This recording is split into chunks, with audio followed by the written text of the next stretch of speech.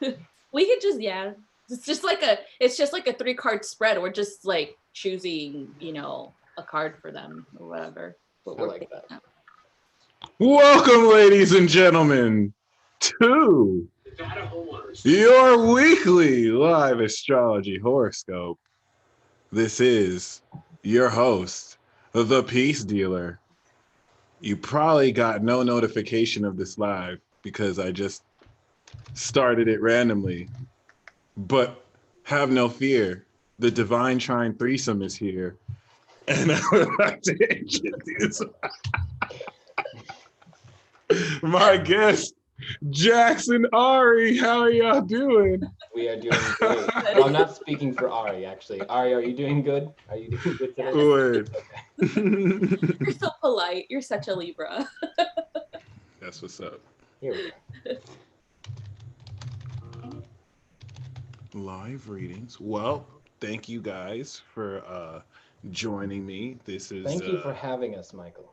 No problem. Can we talk about how this month was like 3 years? Yeah. Or a whole decade? Yeah, in short, this month was like 3 years. Yeah, that's how it's been.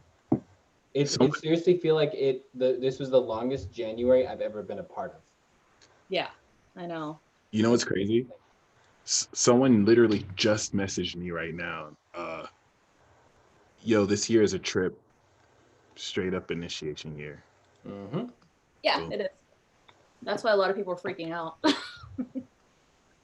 They're still clinging to the past. They're still clinging to their old ways, and they're not like seeing that, and they're just like freaking out, like, what's going on?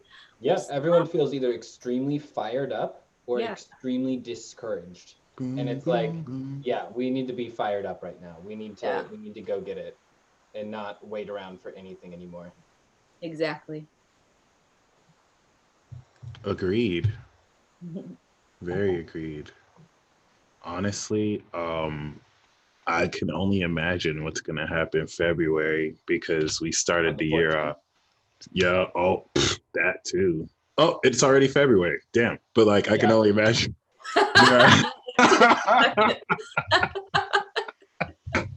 He's like there you go.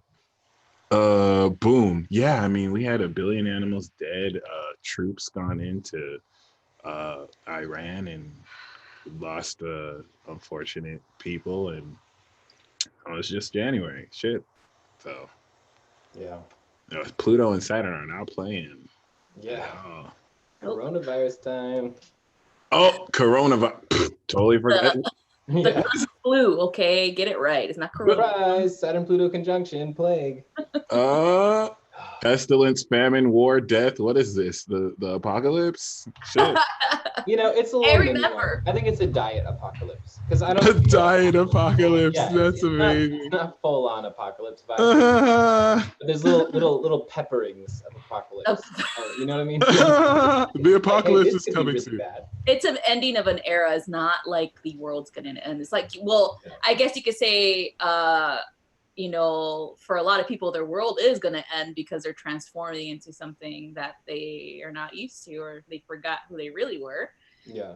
And now they're getting back to who they really are. So it's but like really 2012-y. Very 2012-y. Very 2012-y. Yeah. That's well said. Shoot.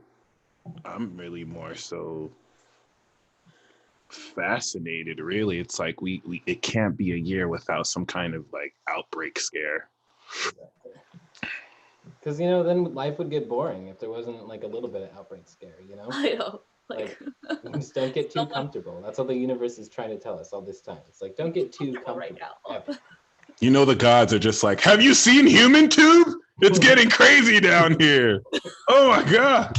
That's a crazy thought. The idea that gods are like a marketing team and they're trying to like create the best, like most exciting show. Right. Like, we've got to have these ones fall in love now and these ones hate each other now. Yeah. Like, this season is going to be the best season of Human. Right. Okay. I'm thinking this season we're going to have another outbreak, but instead of Africa, it's in China this time.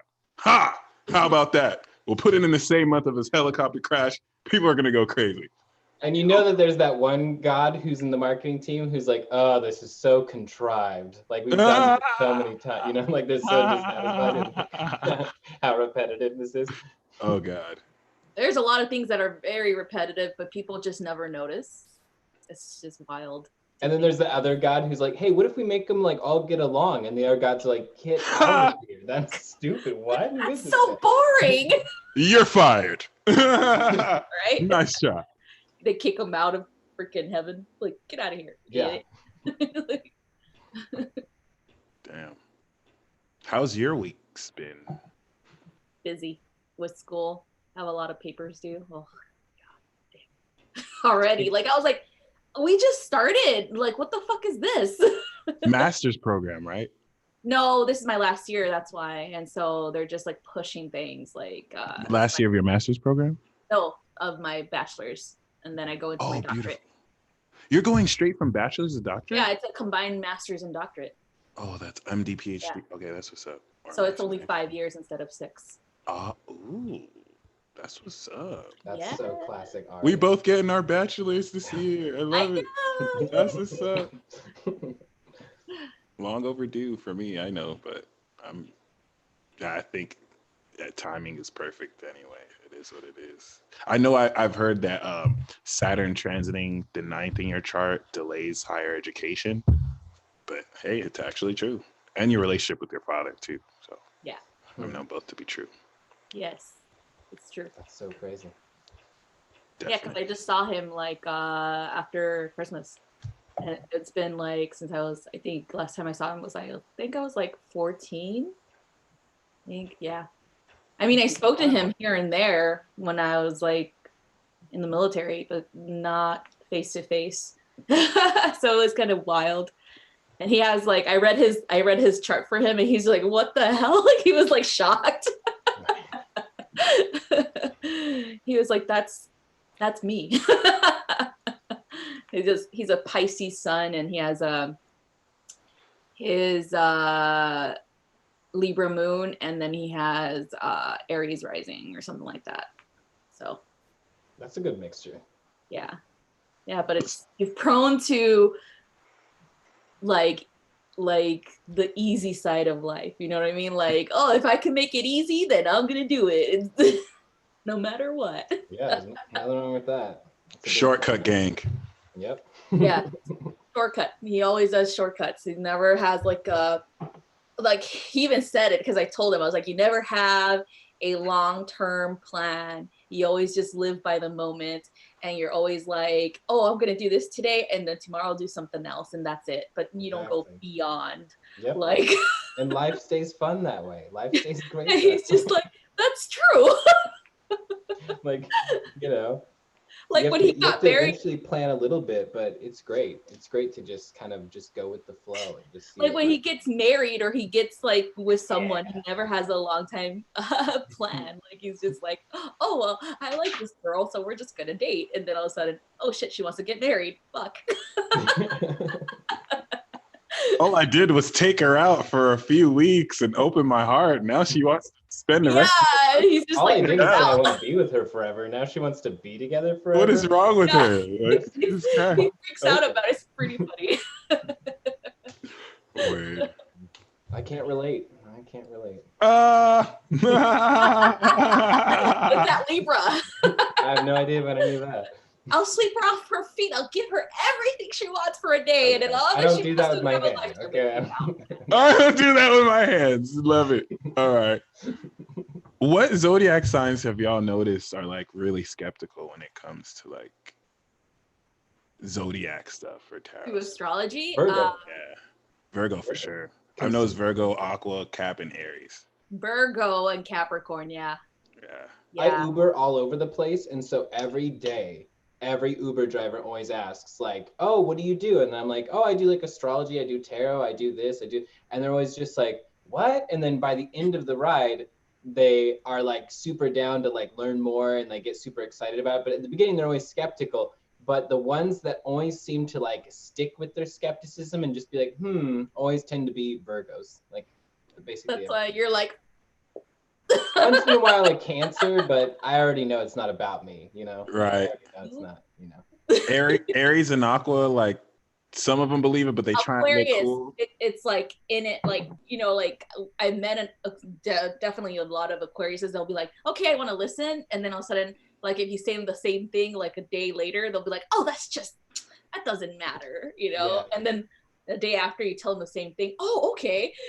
It's like deep down, all Aquarians know that it's true. They all know deep down. That's why they listen in the first place. I feel like they want to see how much you know, and they want to act like they want to look cool. The Aries and Aqua, like I don't want to look like I care that much. Versus Capricorn is like determined to be skeptical about it. Like, I don't know about this. Out of it, huh?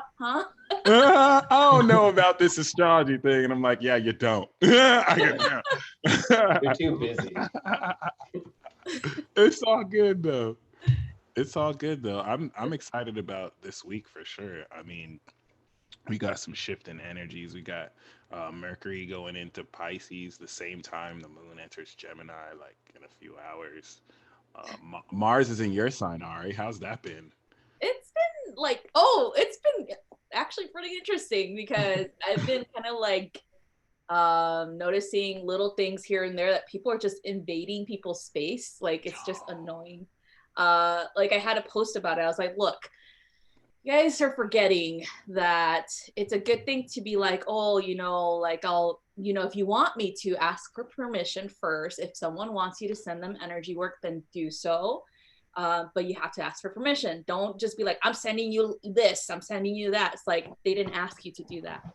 And or with reading people, like all of a sudden people are getting nosy, you know, and they're like, oh, there's something off about this person's picture, I'm gonna message them, like that. And you're just like, with you? Well, like 99% of all unsolicited advice is actually something that they themselves need, and that they're just like, hey, I'll just throw this at someone else so that I don't have to look at it. It's like, well, you know, it's gonna. They're deflecting their problems and their issues. That's why I wrote that post. It's like, because I was taught, you know, in Toltec shamanism is like, no one can even read your energy unless you give them permission, you know, unless you're open like that. No one can. And if you feel weirded out, like people are just messaging you, it's like, yeah, they're trying to invade your space. And that's why you feel weird, you know, like, get away from me. And so it's always a reflection of their issues. It's like a mirror effect. It's like they see their mirror reflection of what's wrong with them. And that's what I've noticed, because I'm just like, how are you gonna go ahead and message some person privately and say, oh, I noticed something about your picture or your post. Are you okay? Like, I'm feeling that your energy's like this or that. And you're just like, who the fuck are you? It's like, you think I don't know? You want more information? Like, what's up? I was like, I'm living this life right here in this body, and I'm pretty sure I know what the fuck's wrong with me, you know, like, or what's not wrong with me. And people always like way overshoot the landing, because sometimes like maybe they're right, like a person's rude or something, but like they always go from like rude and being right to like being like, this person is aligned with Satan. Like, you know, pretty clear they're working for the Dark Lord. They have like, demons. I don't know. Like, I think they just have communication issues, probably from like, you know, like a lack of coping mechanisms, probably. You know, like they might not be like evil completely, you know. So it's just really and they say so that they say like, oh my god, it's like so it's like cotton candy. Like it's gospel. Gospel is true. Oh my god, you know. Yeah, that's what I've noticed, and I'm just like, you know, you guys are fucking like annoying for one. And that's why like I try to maneuver them and just like, have you ever asked yourself, you know, these questions before you try to tell someone about their energy? Have you ever asked, is it not me? Am I not going through something right now? Is it not just a reflection? No, that makes too much sense. No, that's no, they just they just vomit. It's gotta be someone else. That is hilarious. But yeah, that's what I noticed, and I was just like, this is so annoying. And then, and no offense to anybody who is like, I would say somebody that's born like in the 1960s. I notice it's that generation that's doing it. Which generation? I've seen like that. Yeah. they're born in 1960s, 1970s. They're doing it to the people in the 1980s and 90s. You know, millennials. They're doing it to them often. Where was Pluto in the 60s? Virgo. Virgo. Okay. Yeah, and Libra. I think they're lonely guys. Yeah, I've noticed that generation is usually up doing it to millennials, like, oh, this one has a demon, or this one has. Yeah. So if someone calls you a demon, you just say, hey, I'm gonna come to your house and we're gonna hang out and we're gonna spend some time together and you're gonna get to know me and you're gonna find out I'm not actually a demon. And that way you don't have to be lonely anymore. Just say that, and like they'll stop messaging you, or they'll invite you over. Maybe you'll become friends. Well, it wasn't towards me. It was like people that messaged me, like my friends, like, can you check me out for my energy? Like, can you do an energy scan real quick? Cause some fucking lady said something to me, and I'm like, what the fuck? Yeah. Yeah. Or people just who ask for cards for shit that doesn't need cards. Like, I just broke my toe and I got pregnant by a hippo. Could you pull a card for me? It's like, what the fuck? Like, do you really need a card for this? Like, you need I know. I was like, I feel bad for people that ask like the pregnancy thing. Am I pregnant? Like, it's like, did you? Yeah, because I'm just like, I don't know. Like, you would know you are though. Right. Like, you would feel there's something wrong. Like, there's something different. Like, or go pee on a stick, or go. You know, if you can, go to the doctor and get blood work done, you know. But specifically a pregnancy test, not just like a random stick that you find outside, because that is not a divination method. It does not work. Do it. Just pee on a stick. Just pee on a random stick, and if the stick grows a leaf, it means you're having a boy. And I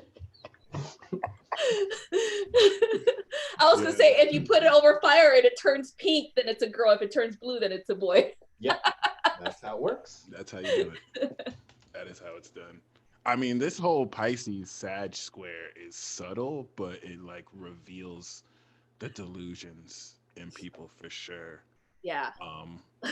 I've had such a and I'm actually gonna blame myself for this, but like I've had such a bad string of like just people being mad delusional when it comes to like dating me or like wanting to be with me. Like, y'all two know. Yeah. They're saying that they know. I'm sorry, but we've been together apparently. This is not the first time you've told me about these crazy ladies.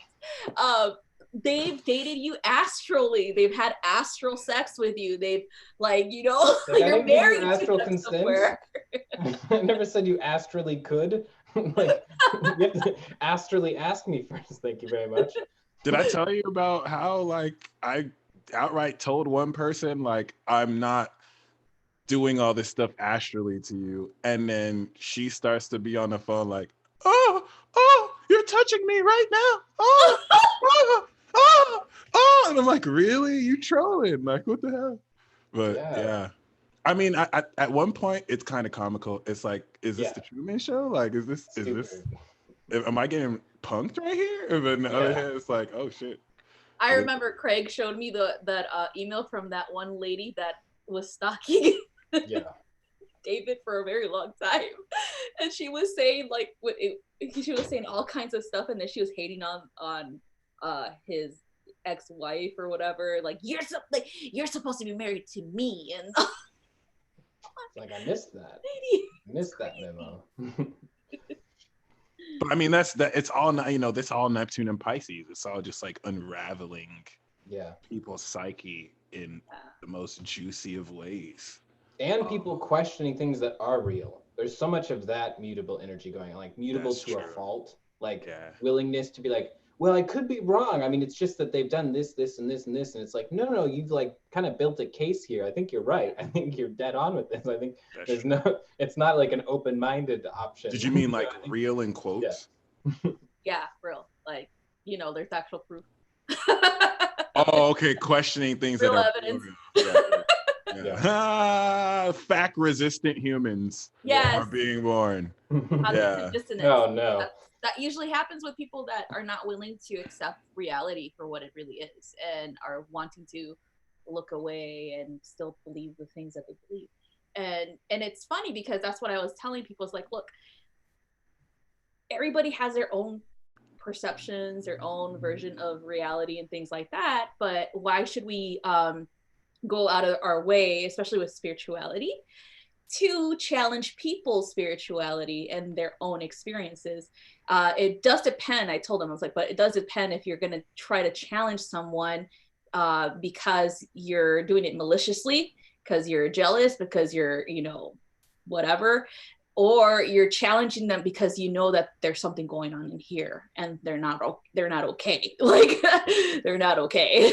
You're trying to help them. So there's a big difference in that. And with spirituality, nobody really knows the truth 100%, and so we shouldn't just go around bashing each other's, belief systems. And that includes religious practices too.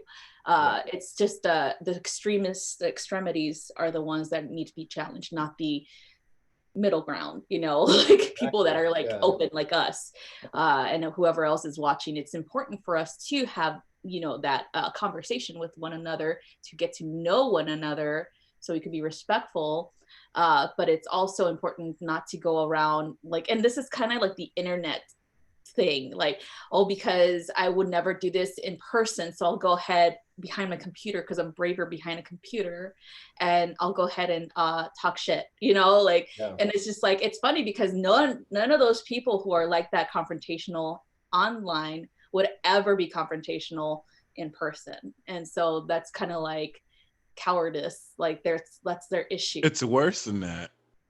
It's even worse.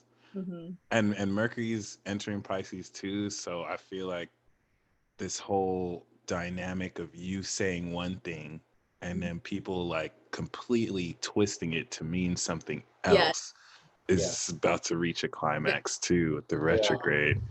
So it's like a good time to develop that like acceptance that people will misinterpret you on accident and they will misinterpret you on purpose.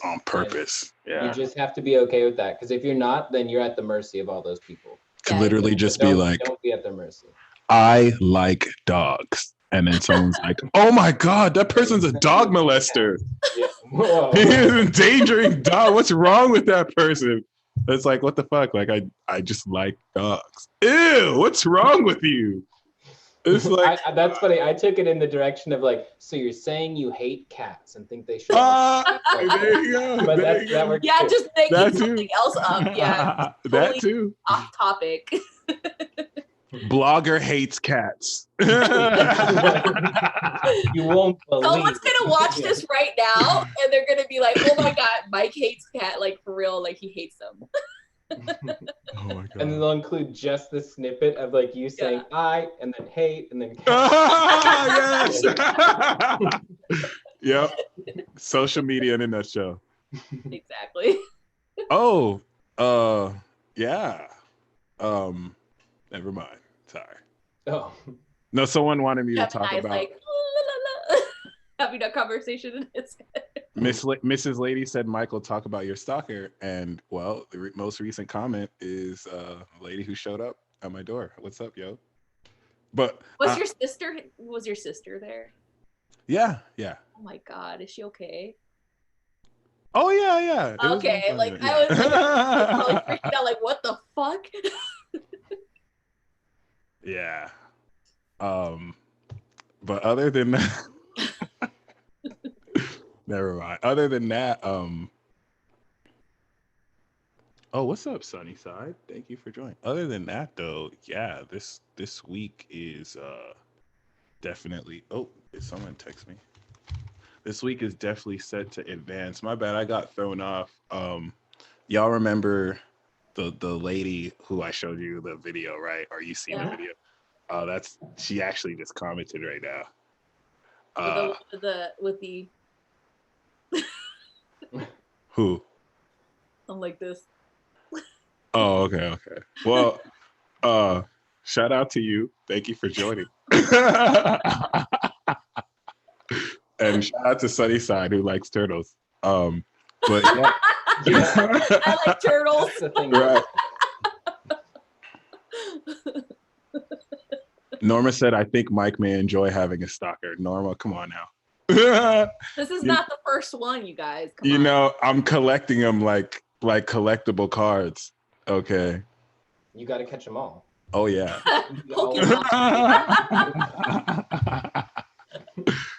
Claire Boujay. What do you think sticks out to you for this week as a transit to watch out for or pay attention to? Let me take a look right now. I kind of just go with whatever I'm really, really drawn to. Like whatever like shouts for attention. Like, let's see. Like, I've got a feeling about 2 days from now.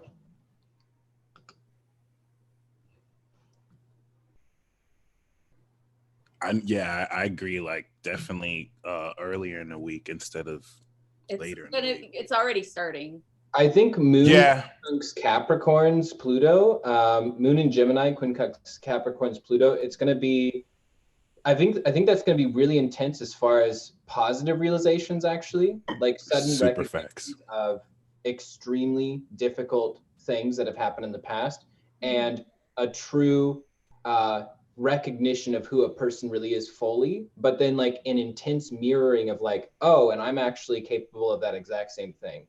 Like I've done that too. And so it's almost like putting those things to rest so that you can be free from being so antagonized by it all the time. Like seeing yourself and seeing the other person for who they really are. Could even be breakthrough because the Capricorn will transform the Gemini and how you feel. That's really true. It also feels like, Jupiter in Capricorn and Venus in Pisces. It feels like this is going to be pretty powerful because I feel like it's going to be like a gift amidst a really stressful day. Like it'll be sort of like you're having the worst day ever, like you're stressed out about all these different things, and then all of a sudden it's going to be like, hey, but there's one thing that you have to look forward to that connects to your long term. Like, so don't worry about that whole thing. It's like, oh, I can relieve about that. And then all the minor stresses that keep coming up seem like they're so insignificant in comparison. Like that's another thing too. That's funny. I started that already in last week because I was like, really? fuck, I had to get all this shit done. And now this Saturday, or actually Friday, I was like, oh, I feel relieved. Ari, I love how you said that. It's already happening now too because Mercury is 29 Aqua. Yeah, exactly. And then looking at the energies for Saturday and Sunday, we have the full moon starting on the 8th, 9th, and because it's a three energies or three Saturday, Sunday, and Monday. The full moon lasts for 3 nights, so you're already gonna start feeling it halfway through the week. I would say on the 5th already, people are feeling that shift. I know I'm feeling it already because I haven't been able to sleep right. And usually with the full moon energies, I can't sleep. Or any portal energies, because we're in a portal energy right now. I can't sleep for anything. And I get visitors all the time. So I'm just like, all right. This is interesting. Last night I kept getting a lot of... Watcher one. Yeah, I've seen this around. This looks really cool. I love how you said visitors, because I was just about to ask, are any of you guys getting hit on by ghosts and spirit guides? It's they're not necessarily human earth beings. They're more that makes so much galactic sense. And highly sexual too. No. Oh, to me it's not. It's more like gosh, how do I describe this? Because the cats haven't been in the room. It feels like they usually stay in my room to sleep, and they haven't for the last few nights, like at all. And I'm just like, where the fuck are my cats? And they're having a master plot to take over the world. And then like when I see, because I could see, at nighttime, I don't have any lights on or anything, but I could see really well at night. And then like in the restroom area where, like, of course, because it's water and whatnot, it always seems like there's kind of like it's just pitch black, and usually I can see into the restroom. And so I'm just like, there's someone there. Like there's a spirit there. And so I always tell them like, look, I'll deal with you in the astral realm. We don't have to. They just talk about like random subjects, like about like connecting to the star lineages and this other stuff. They're just heavy on that connection to star lineages and remembering your our self, which is your first incarnation in our cosmology and Toltec shamanism. That's our very first incarnation into physicality, into the material, is a star. And then from there, you go down into like subgroups or subcategories of material incarnation. Archetypes and actual carbon. He's like, yep. What are you guys' archetypes in galactic code? Multi-dimensional, that just like there's so many, and everybody has the same, like not the same exact ones, but there's just a plethora of multi-dimensional archetypes for everyone. It's not one person is above everyone else. That doesn't exist. It's more like my main one here for this incarnation specific is from Sirius. And then my sub one is Pleiadian, and then I have another one that's especially the healing aspect is yeah, I meant galactic code, like Skywalker or Serpent or you're talking about the made up one. Sorry. The made up one. The recent one, the recently made one or whatever, because this is, I'm talking about like old stuff, like cosmology, old ancient cosmologies. The recent ones, the ones that are coming from like, who is the guy that invented this? I forgot. I don't remember. Yeah, I just recently heard about it. Yeah. So God, what is that archetype? It's some type of freaking wizard. I forgot. Merlin? No. God, it's like a yellow something. Well, while you remember, I do appreciate how nonchalantly you can express seeing these entities. I feel like you do have Pisces and Sag, so that allows you to directly sense and see. I don't have those energies, so I don't see them, but I think I'm an air sign, like it channels through my thoughts and like it's you're clear cognizant, meaning that you get direct divine information, and that's one, to me, I think that's for people, especially if they're not ready to see yet, and because there's a lot of things that accumulate to that, sometimes we just don't allow ourselves to for whatever reasons. I feel that everyone can see. I think it's just everybody can. They can, definitely. Like, just like some people like have low hand-eye coordination or low spatial IQ. Like we're going to be low in something and have to work harder. But like, you know, I don't believe that anyone can't do anything. I think there's just true that everybody can. True that. And other things you'll naturally have. It's just expressed in a different way depending on where they're at in their journey, and so that's why a lot of focus on more. Yeah, exactly. Like a lot of people are just always like, especially when I teach them, like, oh, how can I see like you? And I'm like, you can see, but it's going to be expressed in a different manner. It's not going to be like like me. Like the Hollywood. No. I'm just like, because a lot of people think it's like that Hollywood like movies, like, oh, an apparition, and you know, this crazy stuff. They look solid, and it's just like, I'm like, no, it's very different. It's not like that at all. It's going to be based on your own personal filter and how you perceive energy, how you see things. And the only thing that they get stuck on, if they do become aware of their own vision or whatever, is going beyond what the initial sight was, like beyond the initial, I would say, vision that they got, you know. And that's where in Toltec shamanism, we explore beyond that. Like, here you see a symbol. What does that represent? You know, because initially you're just like, what the fuck is that? You know?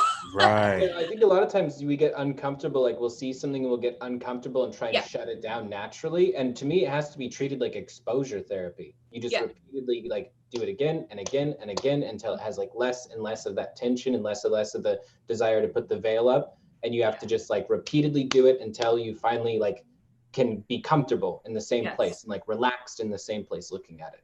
And the thing with me is I'm not afraid of seeing things. I've seen things since I was a lot of people are. Yeah, a lot of people. And that's why they can't explore beyond that fear. Like they're just like, oh my God, I saw something, and they freak out and they shut down.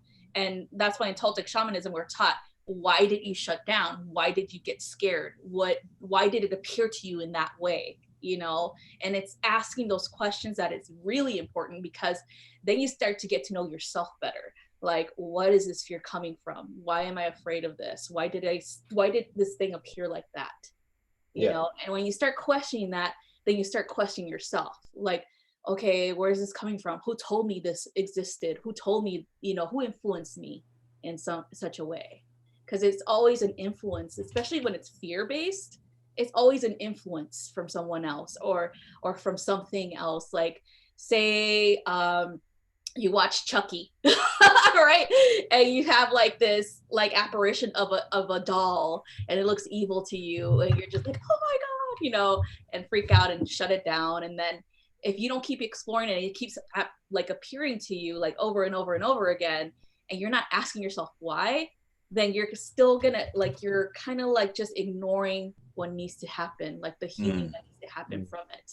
And so it's kind of like you're getting that opportunity to reprogram yourself, to let go of your fears of the past. Even with healing, you know, like you're getting that opportunity to heal this aspect of yourself. Right. Why you're afraid of your gifts? Why are you not working with your gifts as much as you should be? You know, and so it's kind of like a lot of things happen because of the way that we've been taught or raised, and therefore apparitions will show themselves the way that we are told, like, oh, someone wearing all red is evil, or someone wearing all black is evil, you know, things like that. So, well, no, we're taught of course we're taught in a bunch of binary structures of like something is a 0 or it's a 1. Like the psychic gift works in between the 0 and 1. Yes. It works in the path between. And so exactly. And that's why you have to destroy that structure completely. Exactly. And that's why a lot of people have that cognitive dissonance when it comes to this stuff.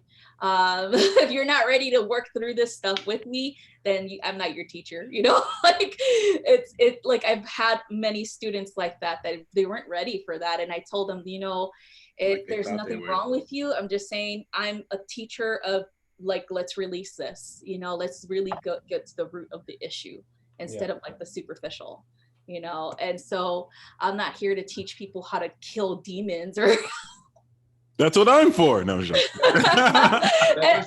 I'm just like demon killed. I'm like, Michael, we got another one. I'm just like, that's not Toltec shamanism. That's not our prerogative. That's not our cosmology. We don't do that.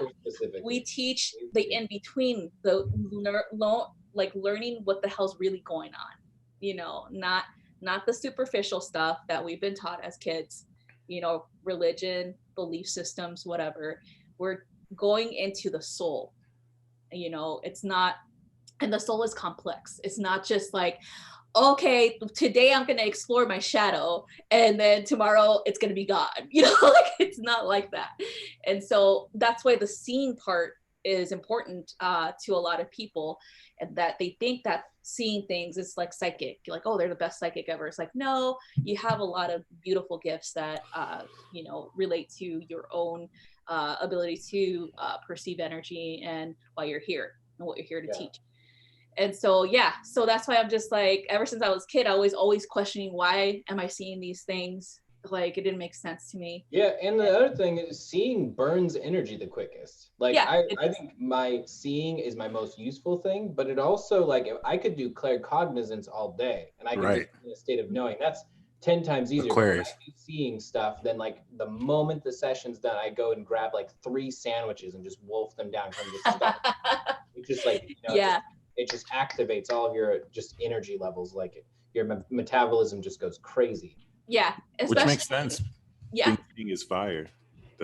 When I do seeing, it's not as I would say, not as energetically depleting as actual medical intuition. Like you feel the issues in your body when you're, you know, feeling someone's energy.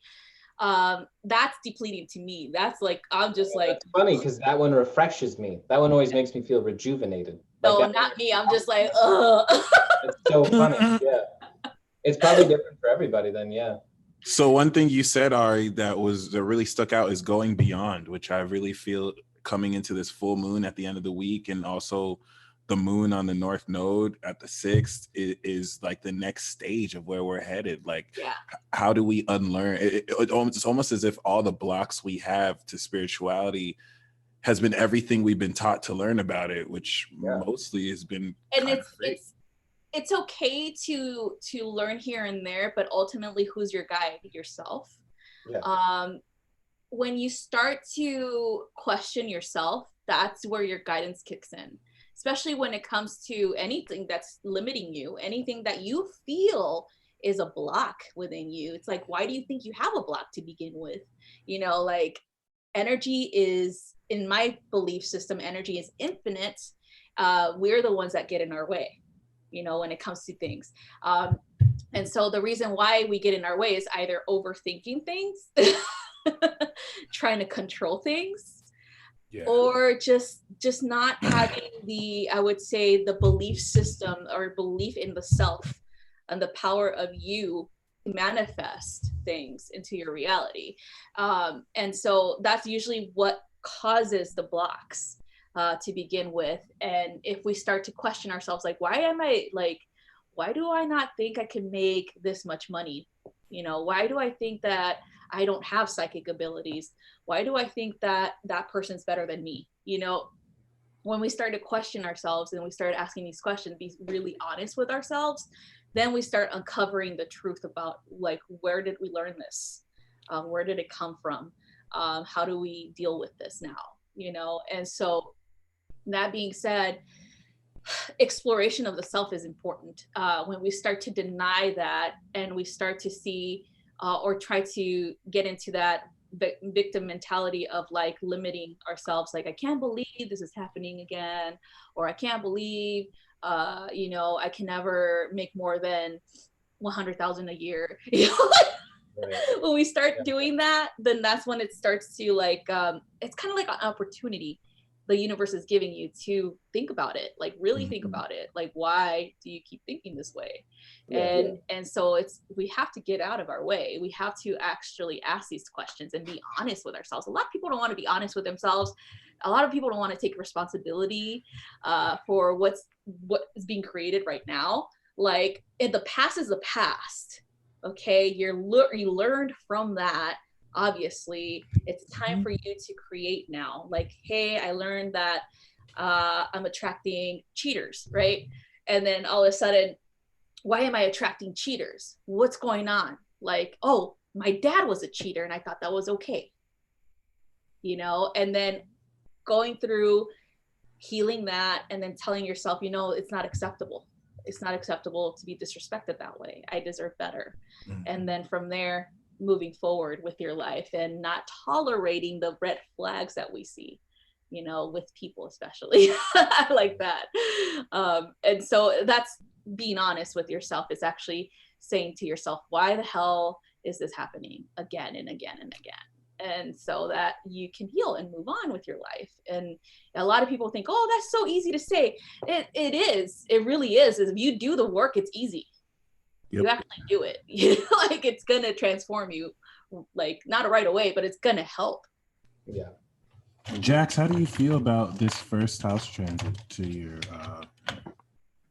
first house with Aquarius? For me, like, I've just been so happy about it. It feels like Capricorn was a necessary, beautiful, and at the same time very dark time for me. But stepping into Aquarius, it kind of feels like I have, like, normally I've got a social battery that I can kind of spend like 6 to 8 hours in person with other people, like socializing and stuff, and then other you know, the rest of the time I need some time to myself usually, or at least some time really chill and relax.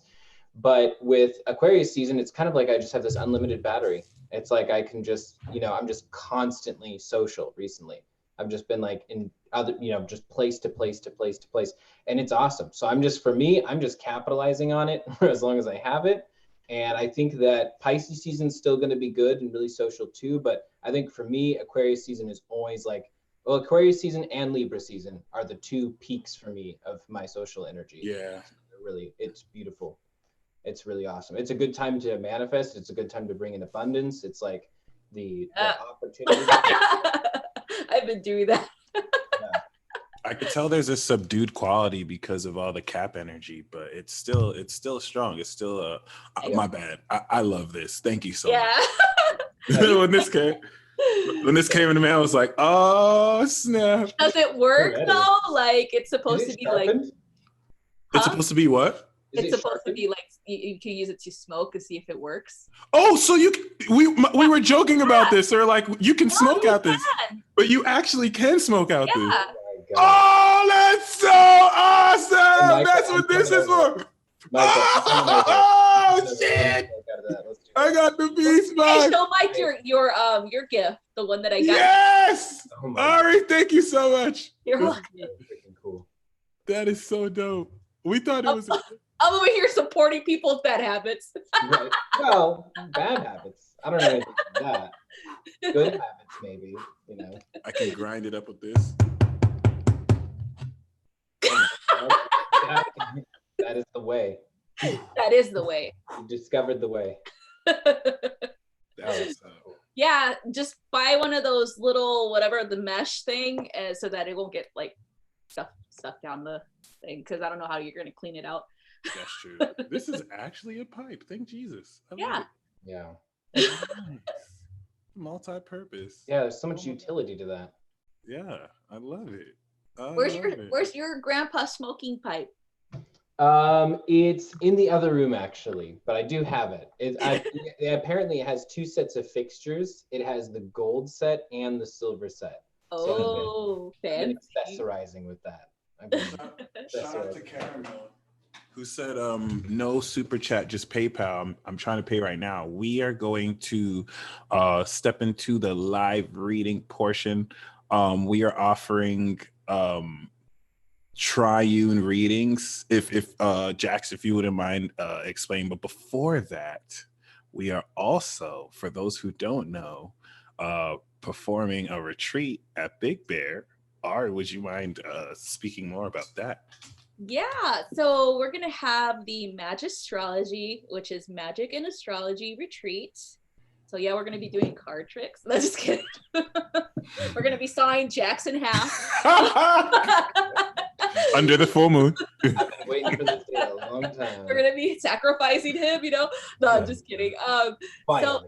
It's going to be a combination of like speaking about your guys' personal charts, as well as more thorough information regarding your healing abilities based on your placements in your charts, your even your psychic abilities, things like that, even your cosmology, like your galactic connection, and what you need to know to better equip you regarding like your growth pattern and stuff like that. So that's what we're going to do. It's going to be a 3-day retreat in Big Bear, California, and it's going to be from June, let's see, it's right after Mike's birthday. So June 19th to the 22nd, right? That's what I said. Yeah.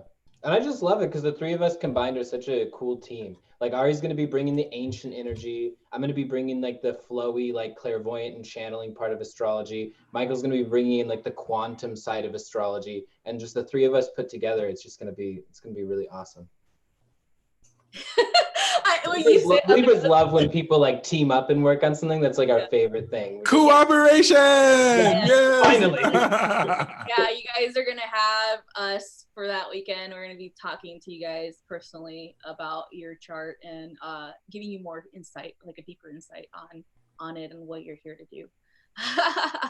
So it's gonna on my website there is a payment already option, but if you want to do monthly payments, then you have to email me directly so we can set that up for you. But the cost of the retreat is, let me just bring that information up. So it's on my website, www.starryari333.com. Events. Okay, so let's see. Yeah, so it's going to be from June 19th to the 22nd, Big Bear Lake, California. And the location is private because we don't want any invaders. Trust me on that. We got to keep people safe. Yeah. Mike. Yeah. Yeah. I'm already a liability. I love it. You know, if I could carry in California, I would, but California sucks, so I can't. Word. I can carry everywhere else. I would have to disagree with that. Right. Oh. Where really great people are born. Especially in the city of Los Angeles. But Well, I was born in California too, but I ran the fuck away. Like, fuck out of there. Well, not everyone can handle it. Yeah, I guess not everyone can handle it. So no, because there's a lot of crazy out there. It's crazy everywhere. Oh, but there's more crazy there. I see what you mean. Yeah. And for the try-in reading, Jack, like Mike, you know, or like you just attract. You just attract that. Michael's actually redirecting his messages and calls to my phone now, so that I can handle the overflow. He's currently at his limit. So for the try-in readings we're about to do, it's the three of us all doing a reading for you, each individually. We usually like to switch off on the form. So one of us might use cards, another one might just channel it, another person might involve astrology. So you don't have to tell us your signs if you have a question, but you definitely can, and that helps out as well. So we can do some astrology and just look at some of the current transits for you. So that's what the try-in readings are. Definitely make sure to grab one if you have any pressing questions and you want the three of us to answer it. And it's 40, right? Like that's what they're paying yes, on the PayPal. And it's all three of us. So okay. I think Mike is posting that now. Yeah, no, it's already there. The lady who popped up on my door was just like, "I am a miracle." That is so flattering. You are a miracle. Yes. Yes, you are, because guess what? Your parents got together out of billions of people and then created you. Yes, you are a miracle. And miracle and Mike. No. Oh, she means she's the miracle. Oh. Yeah. Like for you? That's the lady who visited me, quote unquote. Okay. Brianna K wants to know, where do you purchase? For the Magistrology retreat, hun? Or for the try-in readings. But yeah, for the Magistrology, starryari333.com. And then for the try-in readings, Michael knows, because I don't know YouTube that well. Yeah, the link for that is in the description below. Oh, awesome. And we will all do a reading for whoever. So I think someone already sent one, by the way. But here we go. It's underway.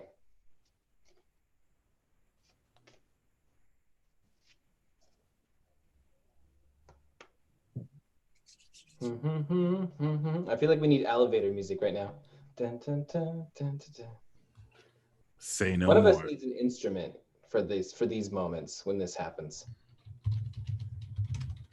Elevator music coming up. Are you really pulling up elevator music? I'm so excited. You know it.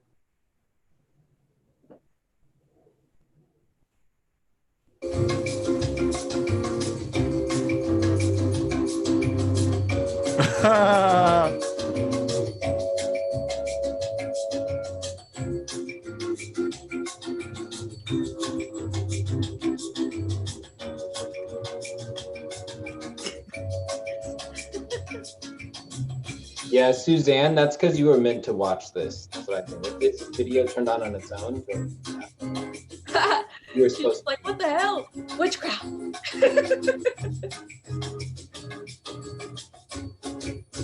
Oh, Starry's a Sagittarius. I'm a Libra and Michael's a Gemini. Unfortunately. Not unfortunately. Gemini's so cool. Just joking. I love being a Gemini. Yeah, I was about to say, sometimes. I love Geminis. They're like the person that I wish I could be. Because they'll just say whatever the hell they want. When we want, how we want, and then get mad when people get mad. Like, why are you mad? Stirring the pot, you know. I only triggered the shit out of you. What the hell? Why are you mad?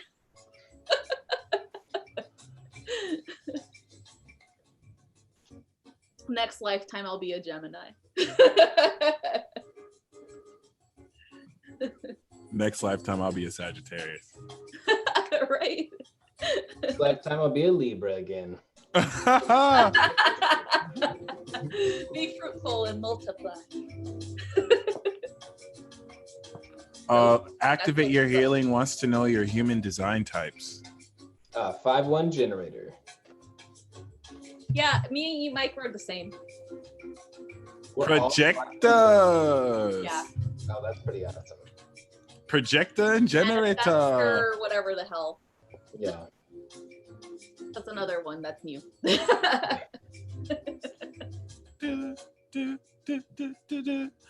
was like, a lot of it didn't make sense to me because I was like, that doesn't really apply to me. But I guess it applies to a lot of people. So it's not one thing fits all. Like, it's just a generalization.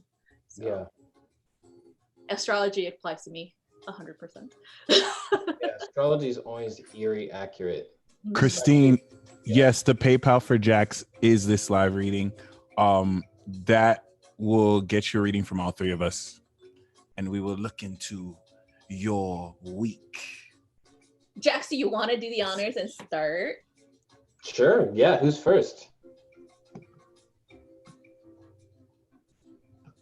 I don't know. More elevator music. I was about to say, wait, who's first? Who's the person that's up first? I don't know. Do you have your PayPal open? Oh, right. Oh, I guess that would be a way to do it. Yeah, let me Boom. Since I'm the one that has access to it, it makes sense that I would be able to see that. I love how the mutable signs are projectors and the cardinal sign is a generator. Yeah. That's right. Awesome.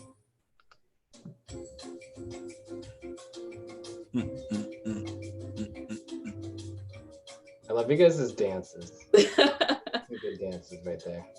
It's better than my singing, huh, Jax? Or my rapping. Your rapping changed. What I can say for sure is your rapping changed my life, because that song "Wild for the Night" by A$AP Rocky will never be the same again because of you. Ari likes to do this thing where she'll put in extra ad libs to make fun of the song, and then once it actually kind of starts working with the song, she'll stop doing the ad libs and just leave everybody hanging. So, I mean, that's just something Ari does. While driving. So first person is Lightworker. Susan. Oh, Lightworker Enterprises. Nancy. I think Susan also sent some too. Yeah. Let me see. It looks like there's another person. Yeah, there is another person as well. So first person, Lightworker Enterprises. If you can let us know who you are and what your question is, that would be awesome. If you have a question at all, it might just be general, but just let us know. Nancy Solorio is here. Mm-hmm. She just commented on the chat. Nancy, LMT here. Okay. You're here. Awesome. Okay. Well, Nancy, what question do you have, if any?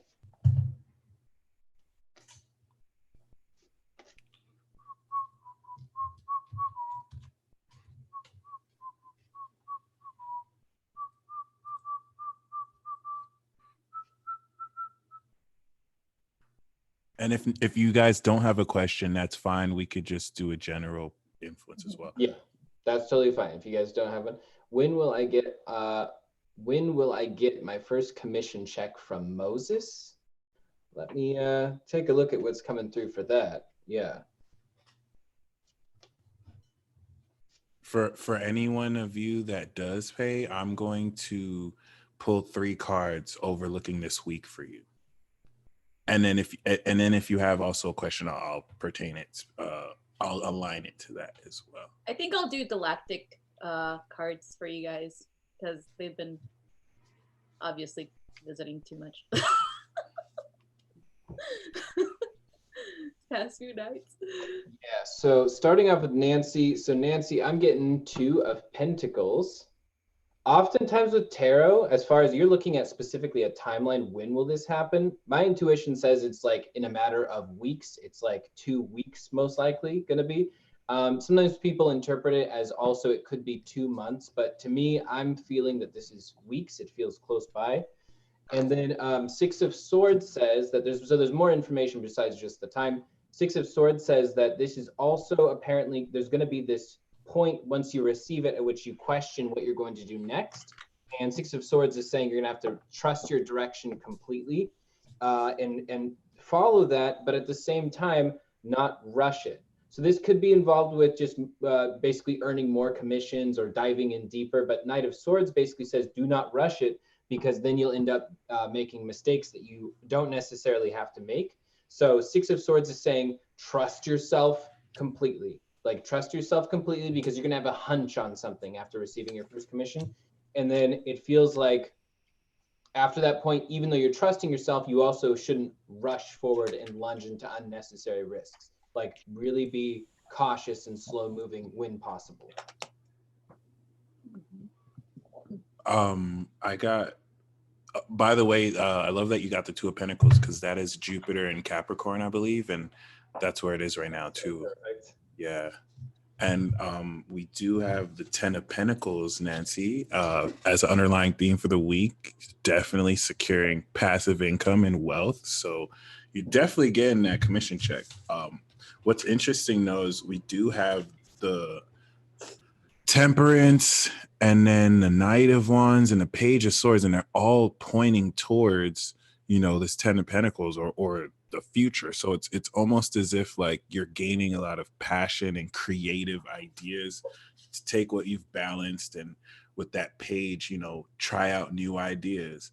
It's pretty much like what Jack said too. Like, there might be a bit of a pause, but you're going to be reevaluating your next direction, experimenting with new ideas, really being alerted to the truth, or alerting others to the truth as well. But it's like you get that passion, and then you're kind of almost communicating to new people. If that, I don't know, I just sent you an email earlier, so that page might respond to the Knight I pulled for you too. So do definitely expect new information coming by the end of the week that align you appropriately. Ooh, kind of get similar cards. All right, so the first one, we're gonna do the tarot first. So it's definitely coming, because you got the Knight of Ariel, which is the equivalent to the Knight of Pentacles. This is about taking things slow, making sure you got all your bases covered. Also making sure that you are not, like Jack said, not rushing things. So you know how the Knight's just on the horse that's taking its time. That's the type of energy you're supposed to hone in on this issue, if you have one with that, with money especially.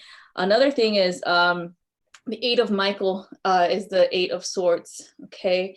And this one is all about making sure that you choose life situations that are best for you, and having all the information gathered so that you see clearly what it is that you want. Especially when it comes to money, like they're saying, kind of they keep harping, like making sure your intentions are clear, making sure you speak clearly to this person that's involved with this, about your intentions, about what you're doing and why they should be giving you this, you know, money, right? And so it's definitely something about sticking up for yourself, not letting them just tell you, oh, you know, oh, I'll have it for you tomorrow, or oh, you know, I forgot about that. We have all this other stuff we got to do, you know, just making sure you're direct. And then I'm not sure where you have Gemini, but usually when I pull this card is deep polarity, is usually a Gemini or Capricorn placement energy. And this is coming from understanding, again, maneuvering energy, maneuvering through people's different personality types, and making sure that you come on top, okay? Making sure that you are the one that gets what you need, that gets what you desire, that doesn't let anybody else try to tell you or dictate how to do that as well, okay? So that's what this usually represents, as a Gemini or even a Capricorn type of energy, where they understand how the world works, they understand how other people try to control certain aspects of things, especially with finances, and they have to rise up and step into their power to make sure that they are getting what they deserve, especially with money, okay? So that's what I got for you. Also, I forgot to pull this oracle card for you, yoga. So I don't think this means you have to do yoga, but try to apply some yogic principles to how you're making money. And that could honestly mean anything, but whatever kind of sticks out to you, whatever you kind of learn, there's a way you can kind of apply it practically. And you can also do yoga too, if that's your flavor. If you already do it too. Yeah, no, yoga for sure, because the clumsy intensity is way less useful than actually slowly controlling what you're doing. Mm-hmm. It's better to do something slowly and simply than to, just like Knight of Swords was saying earlier. Yeah, just don't rush things. Like really let yourself breathe and take the moment. Mm-hmm. Amen to that. And our next person is Brianna. So Brianna, there's actually two Briannas. So Brianna S, if you can go ahead and let us know what your question is. If you have one, we will do you now.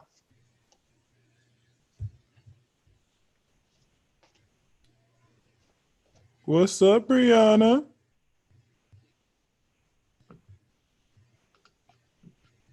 I always feel special when I'm like the 44th like, or like a master number like on something. Sometimes I won't like a post if it like goes, if it's 333 likes, I don't want to be like 34, so I just don't like it. Or I like it if it's like 32. You know what I do? I mess people's posts up on purpose. They have like 33, I'll be like 34. Oh, that's what's up. That's how you got to do it though. So for Brianna's question, events these next 3 weeks, just whatever's coming up. That's so opposite side. I love it. Oh God. Okay, so who would like to start with Brianna? I can go ahead. Let's do it. By the way, I picked the right girl. That's what's up, Brianna. That's what's up. Let's see what we got for this week for you.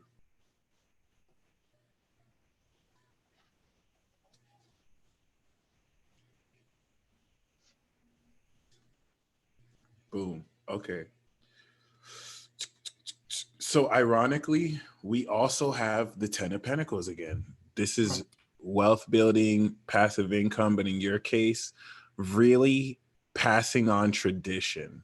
So really like see how the connection to your ancestry will really, and the representation of your family will come through. But what's beautiful, Brianna, we got some nice cards for you this week. We got the Empress, we got the Nine of Cups, we got the Wheel of Fortune. I pulled this card for the week. So it's like you're coming into abundance and your wish come true. And it's like all this stuff working right for you is going to open up a new unexpected twist of fortune that it's really nothing you have to do. Like this, normally these cards are action cards, but it's like these are going to happen to you. Like you step into your inner goddess, your wishes come true, bam, you evolve. It's lit. So I think it's geared towards you getting a lot of money and really setting up a new foundation. Guess what that card was? A purple card. I know that for sure. Wheel of Fortune. Oh, no wonder. Oh, let me get the nice. Let me also get the Oracle card. I almost forgot. So we also have Nurture Yourself with Mother Mary, which is literally the Empress card too. All about nurturing and beauty. So beautiful. I just want you to know you're my favorite girl.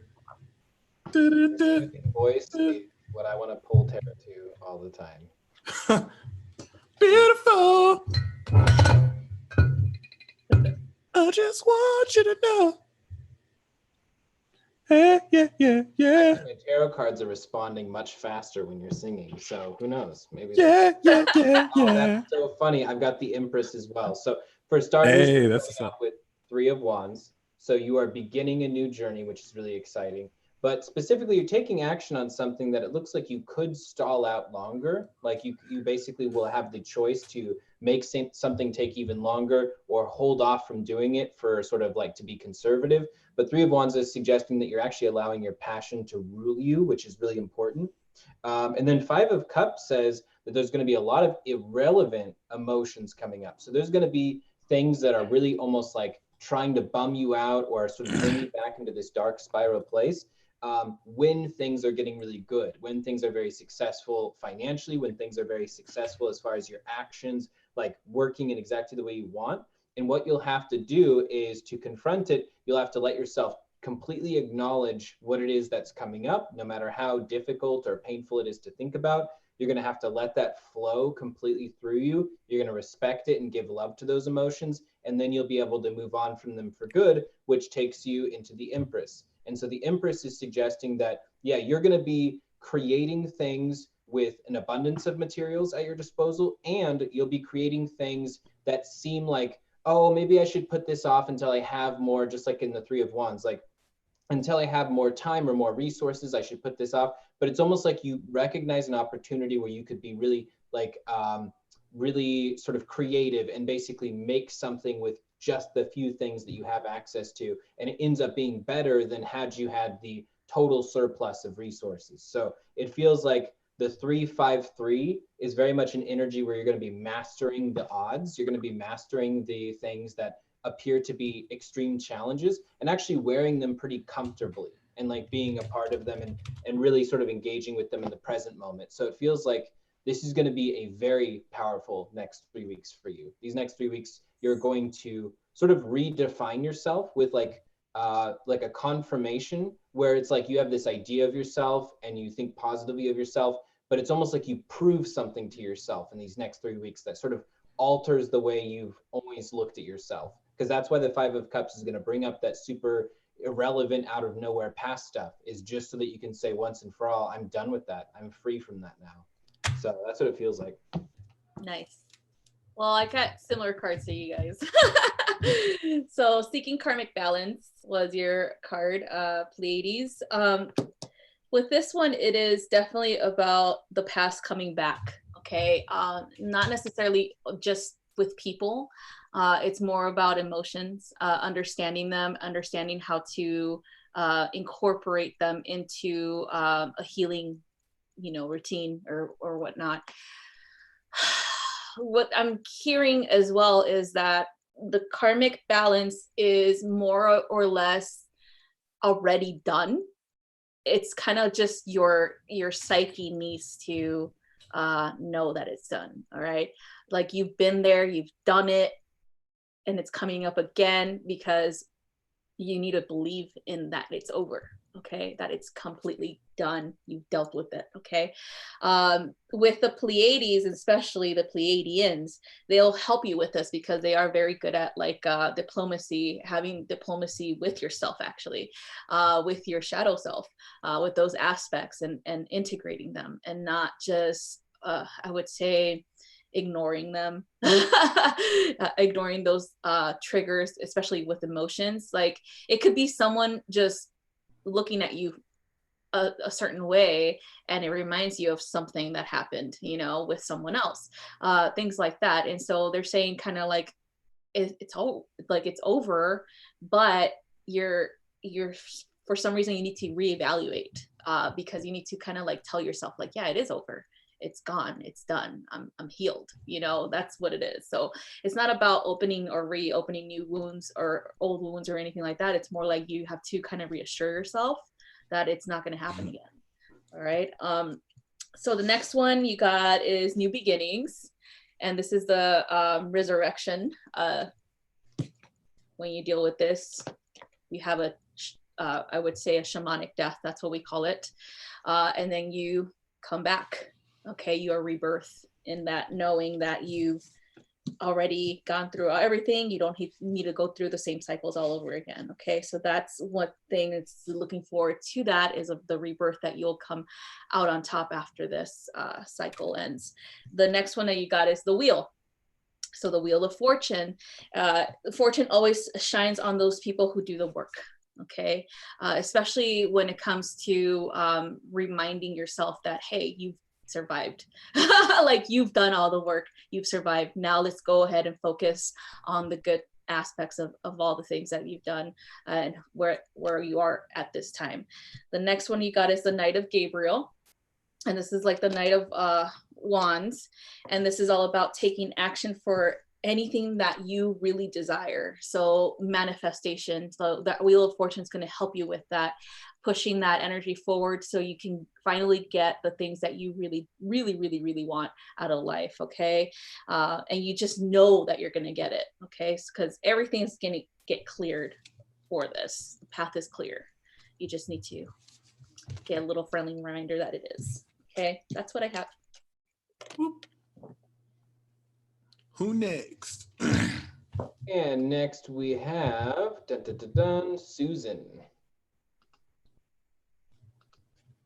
Susan, let's see what we got for you for this week.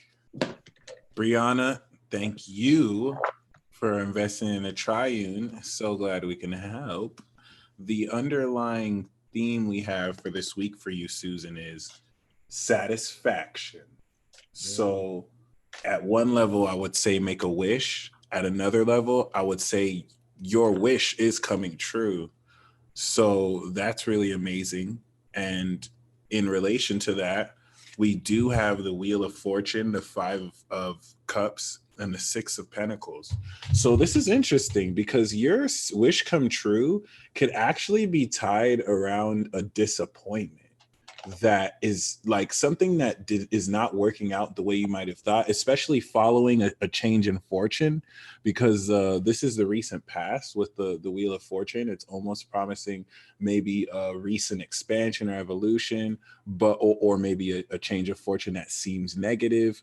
But we are seeing with the Six of Pentacles financial flow. And, you know, if you need financial assistance or giving financial assistance, I think in your case, you're offering help financially. This is also the card of be careful what you wish for, ironically, in the sense that your wishes are coming true.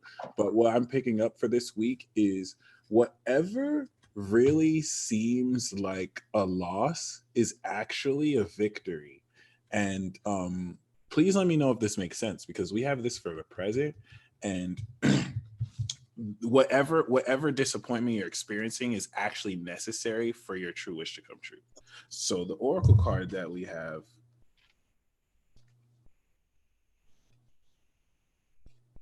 for you is Work Your Magic with Saint Germain.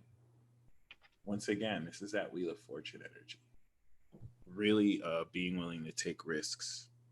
So Susan, really awesome week for you this week.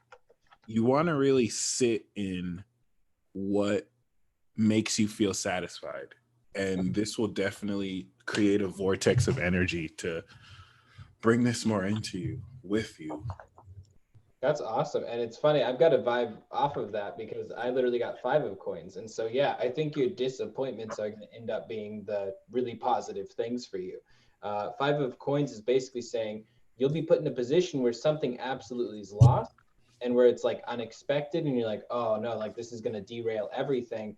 But the Page of Coins is very clear that this is about reinterpreting what it is you're seeing.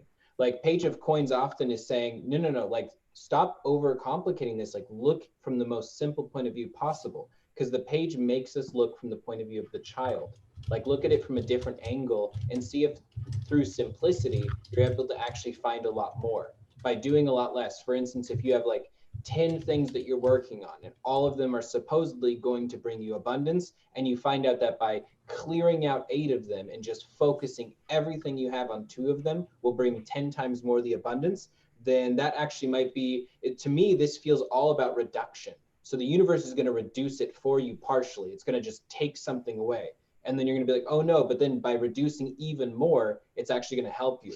Because the star then goes on to say that it actually is representative of an entire path and sort of ideology you have about the way you're moving in life itself. Because the star basically suggests that it's time to stop watering these flowers that aren't growing, and it's time to take this new path, which might be risky and it might be barren, but it also might be extremely plentiful. And it requires that you sort of plant the seeds and sort of water them yourself, these like new ones and new soil. And it's like, well, what are the seeds? And it's like, it's the Ace of Swords. Like you're literally going to feel like a divine inspiration that comes down like a lightning bolt and is like, this is what I need to do. Like, this is the direction I have to go. But it feels like you're going to even know all the way back here to be completely amped up by like everything that's happening, amped up in a really good way and sort of feeling like high voltage and extreme energy. So yeah, I think it looks really good. All you're going to have to do is sort of judo that situation and be ready for your mind to taking things in a much more simple way, but it actually is way more effective and way more focused, like a laser, you know? Had a similar stuff like you guys. Very So good. we got conservative attachments and the devil card, or the ego. So these two have the same energy, so that's what we're going to talk about this. So it is the same thing as letting go of something that's not working out.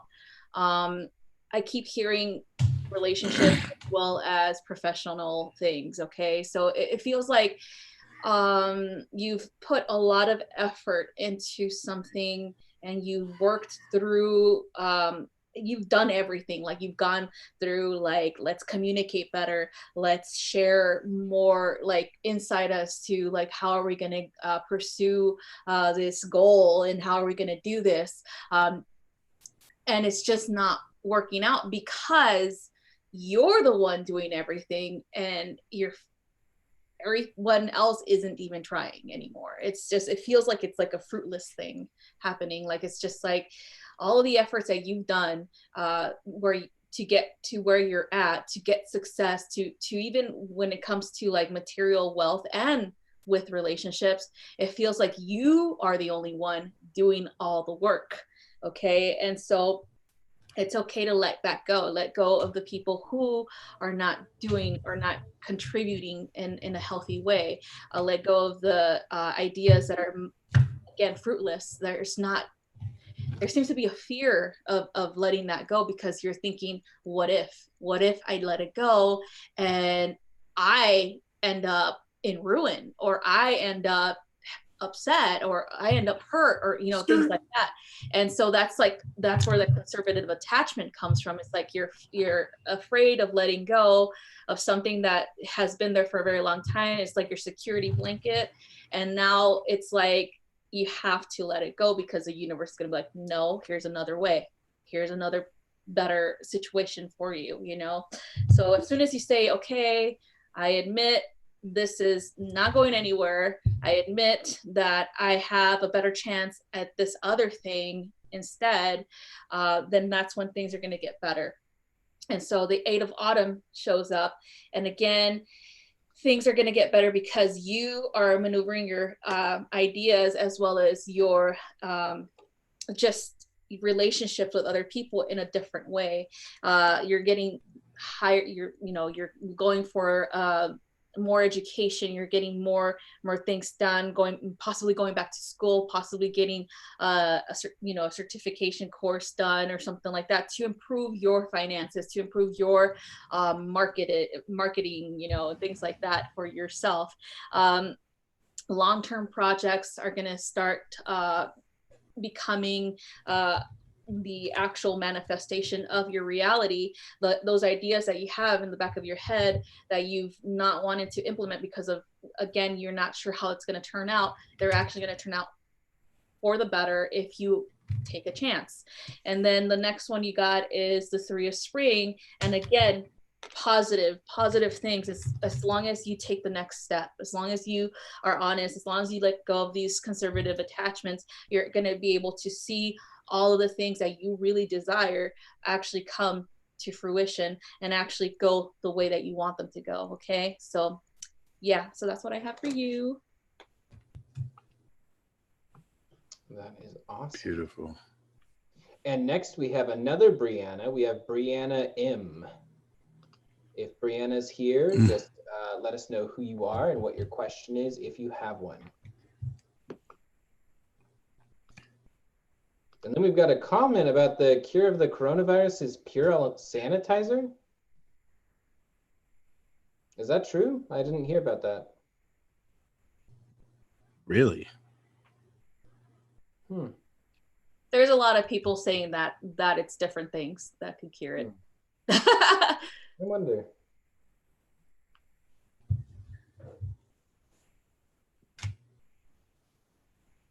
There's different, there's different forms of coronavirus. It's not just one. It's a different virus strands. It's not just the one that we have going on right now is way different. So we have Mrs. Lady. Hey, it's Brianna M. How can I heal myself deeper and step into my magician energy fully? I love that question. That's beautiful. That's a good question. Let's find out. And what a good time, because magician is the Aquarian energy. You know, it's utilizing all the different types of raw potential by having them come together and unite and to be able to bridge the divine to earth. So that's like super good goal. Susan, thank you so much for the kind words. We really do appreciate that. Yeah, thank you, Susan. So, Brianna, let's see what we got for you. The underlying theme for this week is the 3 of Cups. So definitely healing is going to come with camaraderie. Like who could you hit up right now to go out and celebrate your friendship?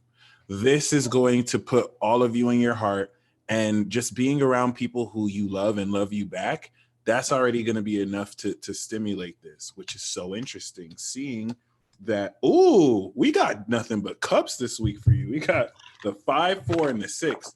So it's like you're recently coming out of some disappointment, which is where the need for healing is. Right now we have the Moon and Cancer contemplation card, where it's like you're kind of reeling past stuff that has not worked right. You're not really opening up to new I know when I get this card, it's like I'm curving opportunities because I'm just still contemplating how I feel. But what's interesting here is this leads into the soulmate card. Purity and innocence, healing that comes from letting a wave of nostalgia come through you. So seeing that this is all emotional, seeing that this is all cups, you're healing this week through connecting with, because the 6 of Cups could also be people from your past, someone that you know or are familiar with. So it's almost as if you really want to take it back home. Like, who do you know that you can connect with this week that your soulmates with? And not even in a romantic sense, like you can open up your soul with them. They know and understand your soul. Really connect with them. Really, really have fun with them this week. That's going to be enough to really get the mojo going very powerfully. Seeing this in the past and present, it's not, once again, an action step. It's like you've already done the work to really heal through a lot of this. You had to feel that sorrow. You had to sit with your feelings. And now this is going to allow you to connect with someone who really heals mutually, with just the camaraderie you have.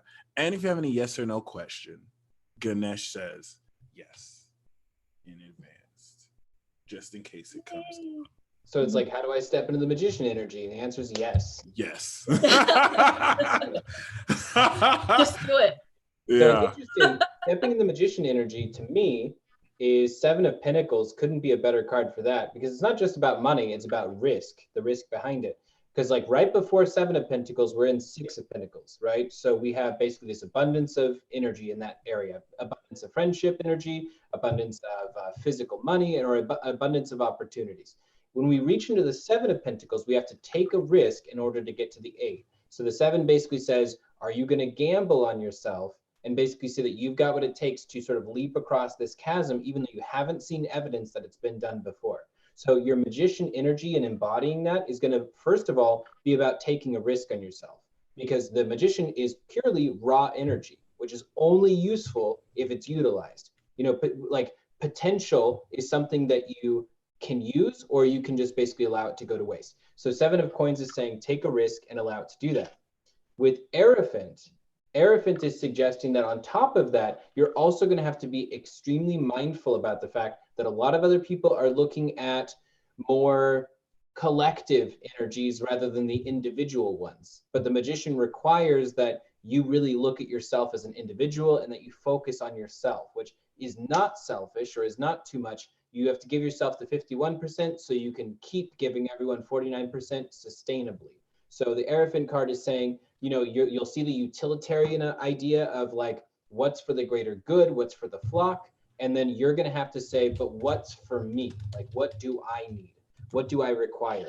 And then Ace of Swords suggests that, yeah, you're going to be just extremely vibrant with air energy, extremely vibrant with creative ideas and inspirations that come from dreams, which is going to be extremely powerful. And finally, the Sun card. So the result is, if you step into the magician energy, you can basically have everything revealed before you, and you'll have to determine what do I do with this magic now that I'm stepping into the magician energy? Magic. So yeah, it's going to be extremely powerful. It's going to be a very vibrant upcoming week for stepping into that. It just requires believing in yourself and taking a risk on yourself and focusing on yourself. A lot of you energy, basically. I got more than the magician energy for you, by the way. So fluidity, this is where you're supposed to be energetically speaking. Andromeda connection, fluidity in being understanding that you don't fit inside a mold. You don't. You're outside of that. You have to go with the flow when it comes to prep, like kind of like not overthinking the preparation of stepping into your magician energy. Is more like allowing yourself to flow into it and stop thinking that you're not a magician to begin with. You are, but you're more than that, actually. So this is the 8 of winter. Again, you're more than that magician energy. This is about knowing that you have what it takes to create your reality, to manifest what it is that you desire. You have to believe in yourself. That's what it's all about. It's belief. Thinking that you're powerless, thinking that you're not going to get what you want, it needs to be assessed. They're like, why is that happening to begin with? You need to know that you have more than enough, and know that everything that you are asking the universe for is coming. You just have to have a little bit of patience with that. The next one is the Queen of Winter. So you're more than a magician. The Queen of Winter is the Queen of Swords. So this is about being patient, about strength, as well as about being self-sufficient and independent. Okay, you have what it takes to create everything. It's just a matter of time and focus. What you're focusing on, it counts. If you're focusing on the negative of what you don't have, on the lack, then it's going to continue to be re-highlighted and refocused. The universe is always going to tell us to focus on what we really desire. And even if it's something like, oh, I haven't seen it yet, but you know for sure you're going to get it, just refocus on what you really want. Okay, so this is why I told you you're more than a magician, because you're the Empress. Okay, you're stepping into the Empress, the ability to create and manifest everything. All the wealth that you wanted, all that love that you wanted, is coming. It's time to take action in that way that you allow yourself to flow into that path, okay? Flowing from magician to Empress. That's where you're supposed to head, okay? So that's what I have for you. By the way, message for what's up, Kaizen Neko? Or Kaisenko. I got this message to share with all of you. Trust in the magic of new beginnings. Boom. Yeah. Trusting your magic. It's a lot of magic happening. For Lisa, Sarah, there's a link in the description for the triune readings that we're doing right now. And our next person is Loveland Studios. So whoever Loveland Studios is, that's an interesting name. If you can just let us know what your question is, if you have one, you reveal yourself. And I will start with the weekly. Oh, Jessica, what's up? I got you. We got, as a Gemini rising, well, prepare for Epiphany City. It's interesting because this 9th house transit for you is transforming how you see into the truth, since it's 8th house to your sun, but 9th house to your rising. And we both Cap Moon gang. So you already know the resurrection of our soul is very, very, very, very intense, albeit the best type of cynicism possible. I feel like only Cat Moon will understand that. But yes, we do have the sun for you, ironically. So this week is really going to be super, super, super positive. I know I'm going to be linking up with you and your partner this week. First Fridays, that's going to be lit. And damn, now I can see why we got the Queen of Pentacles, the World, and the Tower. So this is a financial breakthrough. A lot of success. When I first met Jax, he pulled the World card for me. It was one of the best readings on the spot I ever had. It was lit.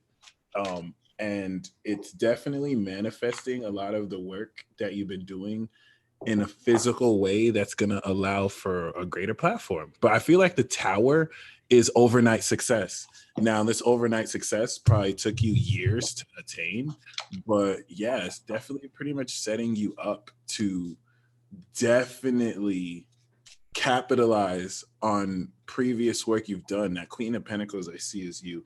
Kuan Yin does say, let it go. And we have nice third tower today. I feel you that card's been coming up a lot for me as well. So that's what I got for this week for you. Let's take a look.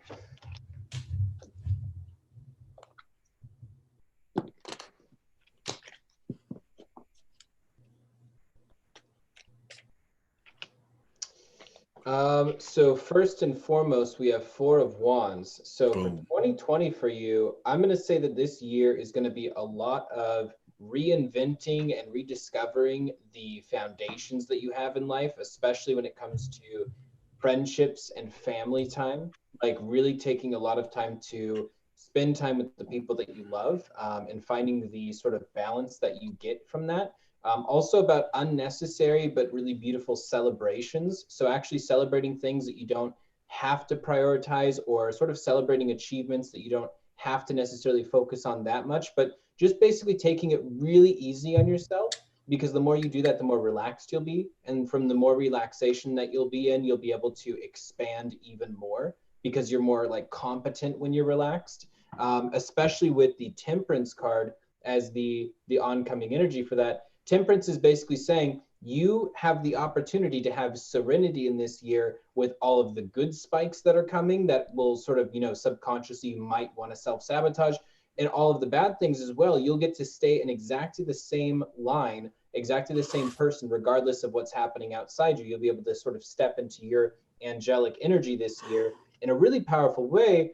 But it's interesting because the way in which this is formed feels like it's very Three of Pentacles. So it's about getting down to business, getting down to work, and basically focusing on the project that you care about most, that you know can become a masterpiece, the things that you creatively pursue that can become a masterpiece. And you, when it comes to your friendships, the friendships that you know that if more time was invested, that they would be a masterpiece as well. The two of the connection that you have, and sort of the soul bond, or the soul tribe that you're collecting right now, it's really, really powerful. So this is going to be a year that you have a lot of big opportunities, and the best thing to do is to be reasonable with yourself and fair with yourself about how much you actually are achieving, and not focusing at all on just the things that you are having trouble doing. Awesome. So I got the energy that, and I don't know why they're saying this is the energy that is ultimately your energy for this lifetime, saving humanity. That makes so much sense. You give too much of yourself because you feel like it's like your duty to help everyone out, and that's a beautiful thing, because you do have a lot of love and compassion within yourself for others. But the whole saving humanity, or being the martyr, or being these messiah complex or whatever, needs to be tempered with your needs. What it is that you are giving too much of yourself and not receiving in return, and so it's really important for you to start to be honest with yourself and say, okay, I need to be honest with this person, because they're constantly asking for this and I don't have enough, or I'm just tired, I feel depleted. So that's what your whole soul purpose here is, to assist. Yes, to assist humanity in rising, in healing, in whatever it is that they need, but not allowing them to bring you down with them too. That's a big one that you need to learn to maneuver yourself through. So you got decision is that you have to make a choice. on these things, letting go of people who are dragging you down, letting go of people who are not seeing the vision that you have for your future, who are continuously redirecting you to their issues, you know, and not allowing you to actually create what you want. And so it's about letting them go, because then you're going to have the 8 of Gabriel, and you're going to move on. You're going to, you know, have a lot of activity happening, you know, as soon as you let go of people who are weighing you down. All these doors are going to open for you. You're going to have so much activity that you're going to be like focused on you, but at the same time focus on your success. And you're going to have friendships, like for example, Mike is one of them, that are going to help you with this, where you're going to be redirecting your focus on your material wealth, your success, and what it is that you want to do here, like spread the word, you know, things like that. That's how the Saving Humanity card comes in. You know, it's like your voice needs to be heard. People need to see you. They need to, you know, understand and follow, not follow like a sheep, more like follow what it is that will help them support their own missions, you know, things like that. Because you're getting into this King of Gabriel, which is the King of Wand energy. You're going to have a position of power, and you're going to have to learn to delegate certain things that no longer apply to you, you know. And so you're going to be the boss, pretty much. You're going to be in charge. And so you have to learn to maneuver your way out of those situations where you can't let people weigh you down. You can't let people hold you back from what it is that you're here to do. Okay. And so that's what the focus is for this year for you, is your lifetime, pretty much. That's what you're here to do. You're supposed to be out there helping people out. Okay. So that's what I have for you. And next we've got Brooke. So Brooke is someone I've been working with the past month. We've been teaching her the tarot and channeling and all sorts of things. She's like an incredibly naturally psychic Pisces. So we're going to be doing her reading next. Brooke, do you have any questions for us, or do you want just a general reading?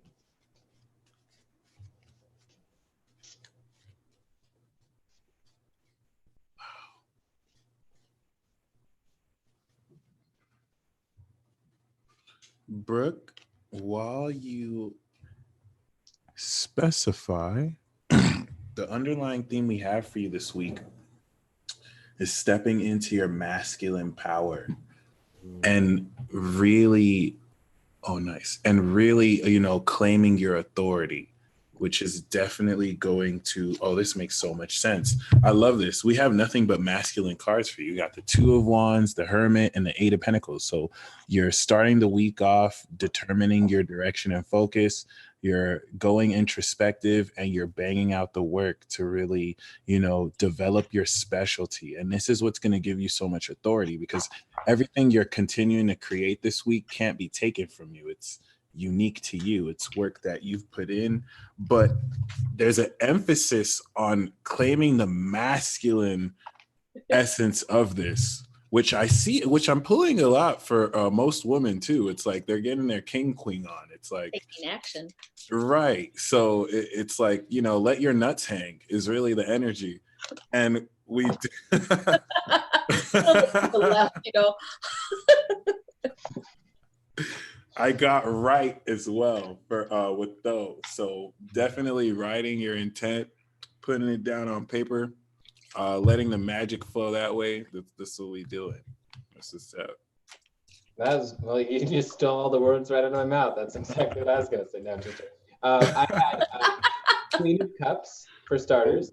So it's funny. So you just got all this masculine energy. Queen of Cups is suggesting to really focus on the water energy right now. Really focus on your movements as water, as your action as water, because it feels like there's going to be a lot of different people with a lot of different influencing energies, and they're going to be offering unsolicited opinions. They're going to be offering even valid things, like valid criticisms, valid ideas. You're going to have to really sort through and filter what it is you're drinking, what parts of that you're taking in, and what parts of that you're consuming. Because if you're consuming too much unsolicited advice, then it's something that will end up starting to create confusion where there shouldn't have been any in the first place, because you already knew exactly what it is you wanted to do. And then the King of Wands, which I got too, which is super funny. King of Wands is suggesting, yeah, you're going to be in a place where you're going to have a reputation that precedes you. It feels like a lot of the oncoming energies of other people, they're going to sort of expect that you'll handle something the way that you used to handle it. And King of Wands is saying, now's your chance to say, hey, here's the new expectation I'm setting. Here's the new masculine enforcement of fire that I'm going to put around in front of me, even though I move as water. And then it's the result of that is the World card. And so with the World card, we have this masculine, feminine coming together. With the World energy, you also have everything happening in the external in a really positive way. So to me, the World card for you looks like it's going to be a lot of unexpected finances, not necessarily like a lottery win or something, but unexpected finances in the form of something finishing up and being wrapped up way sooner than you expected, as well as something on sort of the small scale that is unexpectedly easy for you to do and to accomplish and to benefit from. It also feels like, yeah, things are just going to feel like they're generally speaking going your way over the next couple weeks. And the result of all of this is the Wheel of Fortune. So things changing once and for all, the great shift, the pterodactyl dying so that the eagle can be born, you know, like letting go of that old evolution and saying like, now's the time to be a new creature completely. So yeah, I love that. New creature, eh? Yeah. Talking about Absolutely. Yeah, we all need to be a new creature. You gotta keep becoming a newer creature. Okay. Talking about creatures, birth and expansion is your card for the energy that you'll be working with. Okay. This is coming from Lyra. So with that, what does that mean? So you are birthing in a new you. You're expanding your horizons. You're expanding the way that you even, understand yourself and your soul for the very purpose of growth. Okay. And so this is something that is a lot of growth is happening for you this year specifically. And yes, that's correct that you're getting a lot of masculine energy coming in, because you got two sword cards, the King of Winter and the Queen of Winter. So this is a lot about logic, about understanding independence, as well as creativity in the way that you're taking action on those thoughts, those ideas, okay, and you're making it happen this year. About knowledge, about being self-sufficient, as well as being patient with yourself.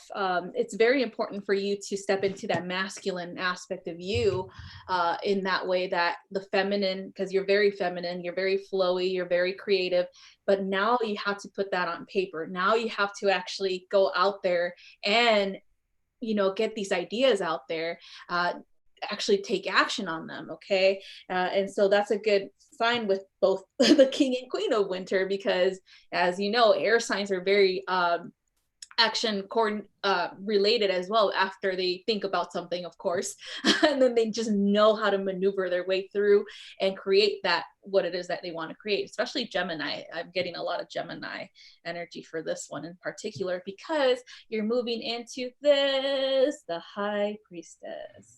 Okay, so that's why it's so funny how Mike got talked.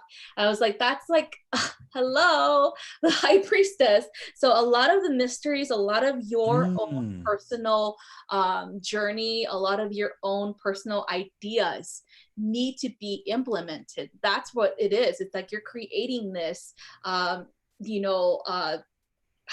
would say kind of like way of being, spiritual self, your own unique version of it. And then you're going to teach that eventually to people, and so that's why it's important for you to hone in on that masculine, so you won't have to be afraid or doubt yourself on how or how you're going to be able to teach what you've learned to others, especially when it comes to spiritual truths. Okay, so it's very, very a lot of growth happening for you this year. It's going to be awesome. That's what I have. So cool. Let's see who is next. We have Christine B. Christine, if you want to let us know if you would like a general reading or a specific one. And we'll get right down to it. Oh, there you are. Ask for any messages from spirit. So general for Christine. So Ari, would you like to start us off? Sure. Beautiful. Christine. Let's see.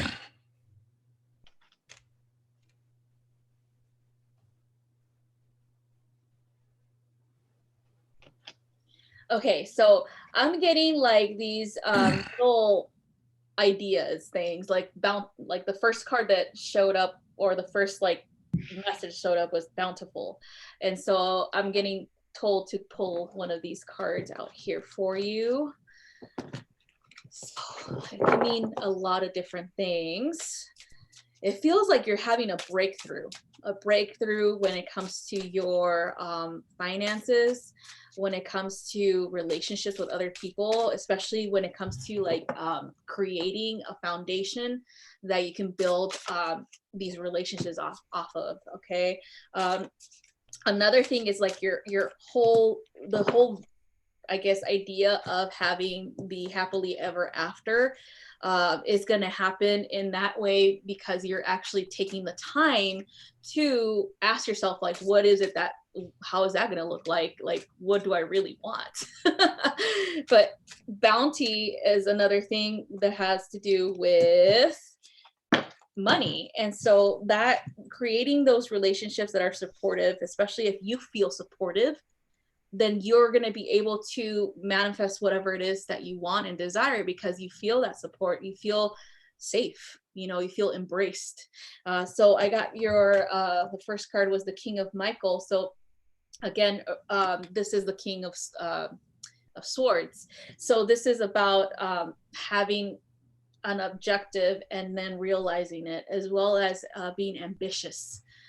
So yeah, that foundation building, as soon as you have that solid foundation, you could build from there.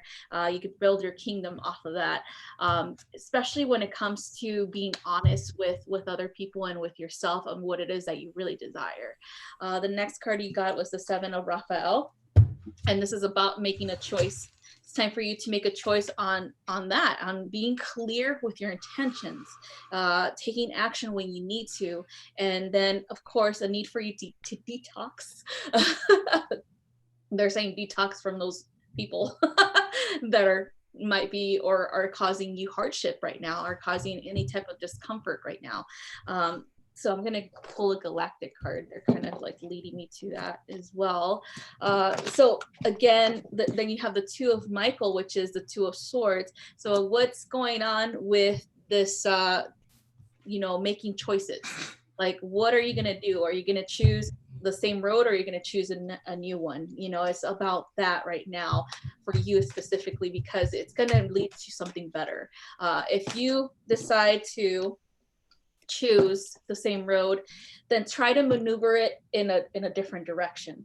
Okay, they're saying, like, if you're still going to be on the same road, meaning keep the same relationships, try to maneuver them to be better, and that'll work for you too, not just for them. So the next card you got was the Secrecy. So this card always comes up when people are not expressing their needs, when they're not being true to themselves and to others. When you see the shit written on the wall pretty much, and you're just like, I'm gonna ignore that because I don't want to deal with that right now, because I have a lot of things happening at the same time, then I'll deal with it later. So that whole thing needs to kind of like you need to start taking those little steps. It doesn't have to be like, oh, I'm just gonna tell them the truth about I think about them right away. It's more like it's more like, I'm gonna say little things here and there that I am seeing, that so that they can try to fix this. And then if they're not fixing it, if you're being honest with them and they're not doing or changing anything, then yes, speak your truth as bluntly as you can. Like, that's what I'm saying, like, be blunt about it, because that's what the King of Michael is, the King of Swords. He's gonna tell you straight out like what's going on. The Gemini and the Aquarius, especially Aquarius energy of that. I'm picking up a lot of that too. For mine, I got 10 of Pentacles, first of all. So yeah, definitely it's there's a lot of focus on the finances right now, and a lot of focus is on like what comes next. Like you had this vision, you know, like of like, okay, here's how things will look eventually. And now it's like almost that's starting to completely change, but into a much more almost something that's much more sustainable, something that's much more realistic, but that doesn't mean worse or less. It means something realistic and sustainable that can actually lead you to a much greater victory. And the requirement is essentially that you allow certain illusions to be destroyed. Like the tower is basically suggesting that there is this idea behind the way that you're moving forward right now. And it's like the destruction of that is sort of happening on its own. And it's up to you to acknowledge that it happened. If you do that, you can take the stones from this tower that's been destroyed and build them into something with a stronger foundation. So instead of a long, tall spire, it's like a pyramid instead, or something like that. And the Devil card, it's so interesting. It was sort of touching on what the King of Swords was trying to say. It's about people are going to misperceive you. They're going to judge the way that you're saying something, the way that you're handling something, and you're going to have to be able to free yourself from those chains and say, I'm not going to worry about what other people think of me as I'm making these steps in the journey, because if I do, they're going to basically hold me back when it's most important for me to move forward. People all the time will look to villainize someone when they're taking a totally positive journey and make all these assumptions about the way in which they're doing that, the way that they got where they were, the things they probably did, when in reality, it's all just a bunch of projections. So allow the delusion in particular that you have to be destroyed, and allow all these other people's delusions to be completely ignored. And that will bring upon your 10 of coins and say, now's the time to start a new legacy, a new 10th house, a new reputation, and to say, like, I'm done with the past completely. I'm ready for the creation of something way greater. Beautiful. We do have as an underlying theme for this week the Knight of Swords. This is a knight rushing towards, you can see like battle happening. This is a message of truth. This could actually be an aspect of you or you rushing to the right conclusions. And we do have the Empress and the Moon. So a lot of this week is about you developing greater creativity. The Moon is psychic abilities and imagination, at its worst illusions, but with the Empress it's almost like a very abstract etheric beauty that's developing here, especially if you're starting new creative projects. If we put in the context of the Knight of Swords, you might be rushing to a conclusion where there's not all the facts ready, but you read between the lines. And that's the most important thing about this Moon card. Just because it's not out in the open doesn't mean that your dreams and intuition are alluding you to something very present. So the end of the week, we have pause and speculation. Yeah, you're rushing forward, but it's almost as if you're going to come into the insight of a situation before everyone else does. So at the end of the week, allow other people to catch up to where you've already rushed. Otherwise, they won't know how to make sense of what you're exposing, let's say. But interestingly enough, we also got Twin Flame. So when I see a card like this, it of course speaks of you being a twin flame, you being not your own twin flame, but in some cases, even sharing this energy with others, helping them, remember who they are. So celebrate yourself as a twin flame, and this is what's going to attract the vibration. But if I pulled this card, you might have an encounter this week. Venus is still in Pisces, or more clarity, however that means to you, for sure. That is awesome. And next we have Rebecca W. Rebecca, if you're here, if you can tell us if you'd like a general reading or if you have a specific question, and we will get to it. And after Rebecca will be Live Vibration with Stephanie, a payment from Live Vibration with Stephanie. And for anyone that's just joining us in the chat, we have a link down below in the description. I think we're also going to put it in the chat as well, to get a live reading, a try-in reading with me, with Michael, and with Starry Ari, where essentially we all tell you about either a question that you have or a general reading for the next few weeks of energy for you. Okay, Rebecca is asking for career and relationship for the month of Feb. Career and relationship. Let's take a look.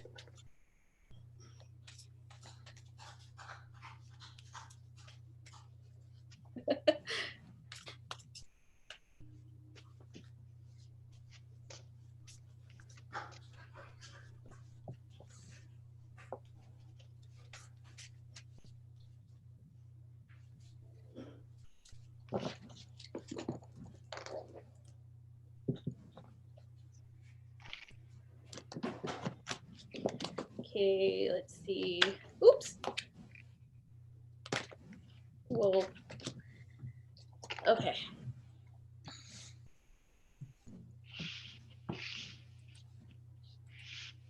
All right, so for this month, you're gonna be seeking balance or justice. Okay, so I got these same kind of energy, specifically about like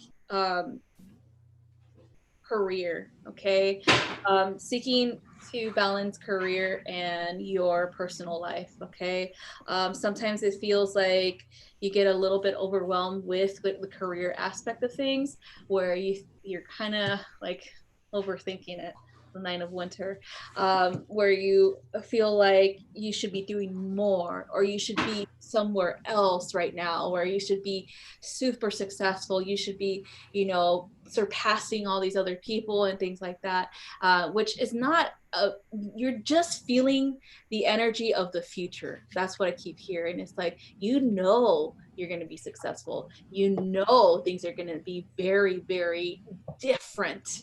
You're not seeing the bigger picture right now because you're focusing on when is it going to happen, And so this is, again, you're not allowing yourself to remain in this current energy or acknowledge, where you are at right now, because you're like, I know you're picking up on your future self, on your future aspects. Like, I'm going to be successful. This is going to turn out awesome. And then you're just sitting here like, I'm going to wait. Like, when is this going to happen? I'm getting kind of like impatient right now. And so that's what it is for the career aspect of things. So another thing about this is the Nine of Summer came up, and this is about taking action. Okay, that power comes from making choices. Your power to bring that success from the future into this reality, into this present moment, comes from the choices that you're making right now. Okay, also, don't overanalyze things when it comes to relationships, especially. If you want something, you go out and get it. All right, like, if you really want to date someone, why not ask them? Like, if there's someone that you're looking at right now and you're just like, I wonder what it would be like to go on a date with this person, why not ask? It's about like taking action right now, pretty much, as being that, I would say, the total opposite of what you're used to. And then knowing that things are going to pan out, things are going to be successful for you in relationships too. It's just a matter of taking action and not really focusing on what you don't have. Okay, so it's very important for you to balance the energy transmission aspect. Another thing that they're highlighting is the need for you to refocus that energy, refocus it on what you have now and what you want to create in the future, not so much of the lack. Okay, and then from there, then you're going to be able to manifest things instantly. If you want, again, a romantic affiliation could happen like tomorrow. If you really want it, like, if you really focus on that, hey, I really want to date this person, it's gonna happen, or I really want to meet the person that's gonna be with for the rest of my life. It's gonna happen if you focus on that. Okay, so that's what I have for you. For me, I see the first week of February. It looks like your biggest focus is going to be Five of Swords. It's going to be all about the definition of what's really a victory, what's really a loss for you. It feels like there's some perceptions that are about to change pretty drastically, because there's going to be this unnecessary conflict that comes up within your friend circle or within a relationship. And Five of Swords is saying this is going to cut pretty deep. And once this does, though, there's going to be this recognition of like, but why am I investing energy in this in the first place? Like, what's really the payoff for this? It feels like Five of Swords is going to be a time of total contemplation, lots and lots of contemplation, and making sure that you're trusting what it is you're picking up about it and not letting yourself be swayed by other people just because they sound convincing or experienced. We actually have, for the second week of February, another pretty interesting one, another five of Pentacles. For finances, it feels like this is going to basically be a setback that you almost already can feel coming, but it's something that can propel something a lot greater, because Five of Pentacles basically says, when you lose something, what do you do with it? Like, what do you recognize as far as the potential in it? Are you really sort of like completely alone in this situation, or do you have people that you can trust in, rely on, and count on to help out with that? Because sometimes them helping out with that helps you to be able to receive in the first place and opens you up for genuine manifestation so you can receive on a more constant basis. Like, it starts to become part of your normal life. Like, I need to start receiving a lot more. The third week of February, it feels like things just go extremely well for finances. It feels like, as far as friendships as well, and a little bit of relationship energy in here as well. The Ace of Pentacles is saying there's like raw potential when it comes to everything in your life that's in the external of your world. So with this raw potential, though, it has to be utilized. You're going to definitely have to actually respect it. So some of these ideas that come up, some of these impulses that come up, you're going to want to like follow those. You're going to want to write these things down. You're going to want to actually treat it as valid before it proves itself valid. And finally, the fourth week of February, I get a ton of love energy. We have Three of Cups. It feels like friendship and love energy are going to be overflowing, essentially, because it's going to be the start of something new. You're going to have like a new, it's almost like there is this shift that's going to be happening in your heart space. And the moment it happens, it's like you're able to breathe finally and like let go. And so you can even preemptively start focusing on that now. How can I let go more? How can I be more open in my heart space? How can I accept even more love in my life? And Three of Cups is suggesting this is going to really climax the fourth week of February. Funny that you pulled the Five of Swords and Pentacles, because the underlying theme for February, especially this week, is the Five of Wands, which is, you know, for you, I got more career than romance, but I feel like for you, who you're currently dating is intertwined with your career. Five of Wands is telling you to not be afraid to deal with competitive situations and clashings of personality, because that is going to help you stand out, especially with the Judgment, Hermit, and Eight of Pentacles. This week is allowing awakening. You're going to be drawn to your highest purpose, and this is going to set you up in a situation where it's like you're becoming your own boss, or like the work you're doing is based off of what you curate for yourself. This Hermit card is so important. It's like this awakening is going to come from within, and you guide yourself on how you're going to be making. This is assuredly saying you're going to be making good money that's valuable and meaningful to you. And this is why, you know, the Five of Wands is under the Hermit, because it's like what you're working on is so unique. If you interject yourself in competitive situations, you're automatically going to stand out, because what you're doing, no one else can replicate with that Hermit card. And with Lou, as long as you're persistent, this is just going to assure, like we have with the Eight of Pentacles, career success. The fact that the future card for February's Eight of Pentacles is pretty much assuring that you're ending the week into the month off doing work that's meaningful for you and that's more unique to you. So that's what's up. It's gonna be a good February for sure. Oh, come here. Thank you, Rebecca. Next, we have Live Vibration with Stephanie, and Stephanie says, Stephanie here, lots of new territory, endings and beginnings. Would love to see what messages you guys get from me. So let's take a look at the transmutation of these endings and beginnings. Boom. Well, right off the bat, I do have the Moon card for you. So this is once again urging you to pay more attention. I feel like it's very significant that Ari brought her cat too when I pulled the Moon card. It's like a bit of a mystery, right? But this is more so speaking of like trusting more what your senses pick up than what your eyes see, because your eyes could betray you around this period. Things are not at all what they seem, and you really want to allow yourself to really read between the lines, because you're going to be picking up stuff that you feel is true, but you may not see it. And that doesn't mean you're going crazy. We do have the Hermit, the Eight of Wands, and the Three of Cups. So you're going to be getting drunk. You're going to be partying. This is amazing. It's like a lot of abundance is going to manifest for you quickly, and you're literally ending this week off celebrating it.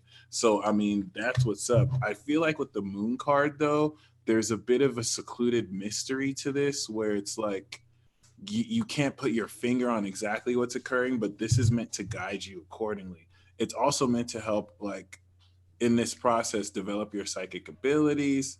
And the Oracle card we have is Nurture Yourself with Mother Mary. This is the second time I pulled the Empress card and Mother Mary. So definitely tied between nurturing. But literally this week, expect really good news all week, and you're going to be celebrating it. So that's awesome.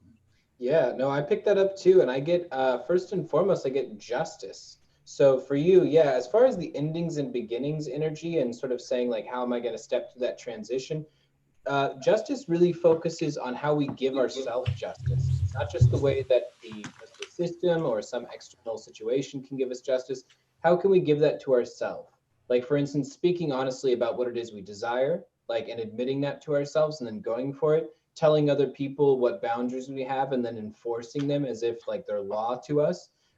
And just really, enforcing what it is you need as something that is of extreme importance. And then a way in which you're going to have to give yourself justice is through 10 of Wands. You're going to have to be very clear about what it is you're carrying up to the top of the mountain. As you're approaching the peak and you're about to have some really powerful victory, which is great, you'll also have to look at what is weighing you down, what is unsustainable, what is something that will end up robbing you of some of the happiness you wanted by trying to give you some of the surplus that you wanted in some of the other areas. So it'll basically be about, sometimes you'll have to reassess with 10 of Wands and even go all the way back to like 8 of Wands and sort of go back there and, go down the mountain a little bit, set some of the wands down, and then start climbing back up to the top. But what's really clear with 10 of Wands is, it's not a bad thing to be working so hard right now and to be pushing forward with this masculine fiery energy.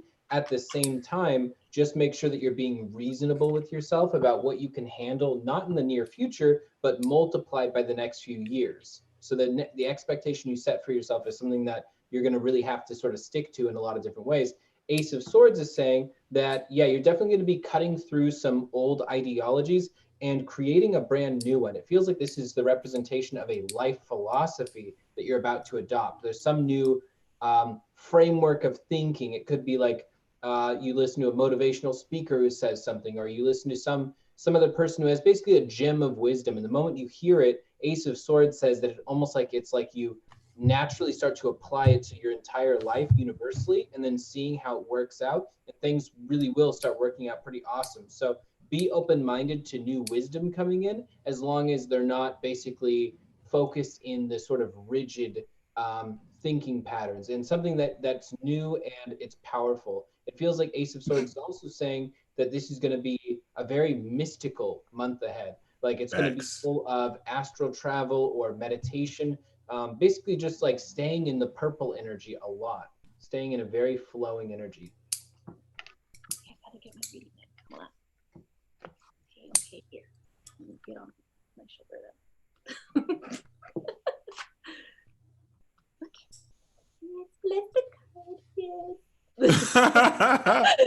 So the whole purpose of your life's I would say career is spiritual sovereignty, creating something, like Jack said, creating something that is unique to you, that hasn't been created in spiritual community as of yet. Okay, your own version of spirituality, your own version of expressing that to people and teaching the way that you have, looking at in a, not in a subjective but more objective type of way, like making sure that you tell people like, okay, this is my personal view, this is how I see things, instead of like having someone dictate, you know what I mean? Like I think that's where we're moving away from, is the dictation of spiritual reality, which is unique to the individual.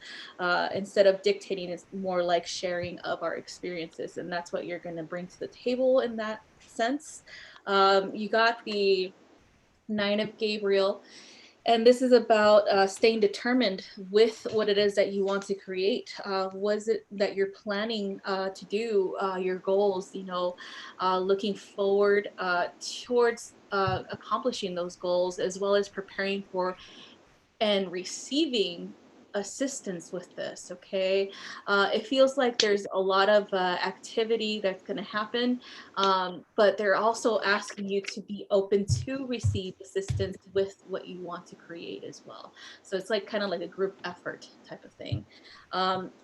The next one is the Seven of Michael, and this is like the Seven of Swords, and it's about making sure that you are going on the course that you desire, not just because someone else is influencing it. Okay, going on and working on things, especially with spiritual stuff, working on things that is unique or is actually working for you, not because someone's telling you to.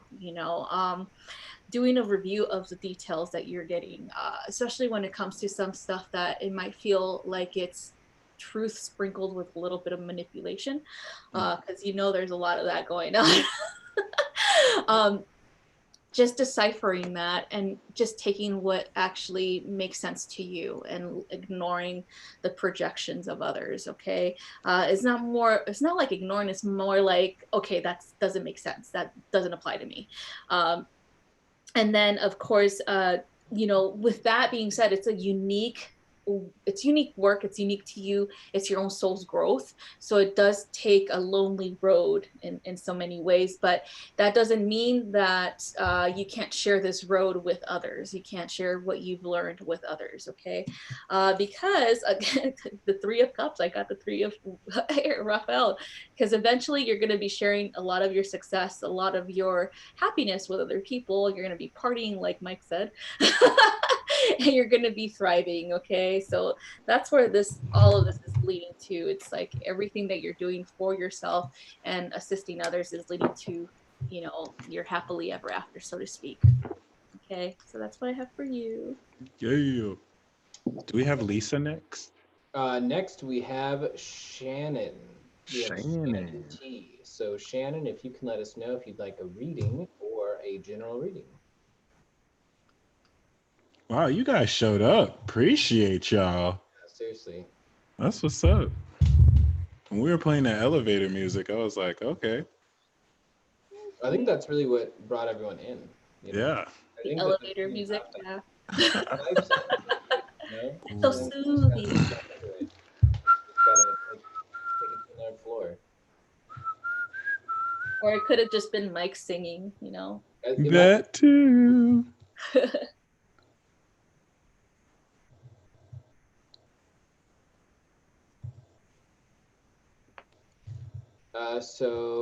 Okay. So you have a question. So Shannon, if you have a question, let us know what the question is. And if you'd like a general reading, let us know and we'll do that.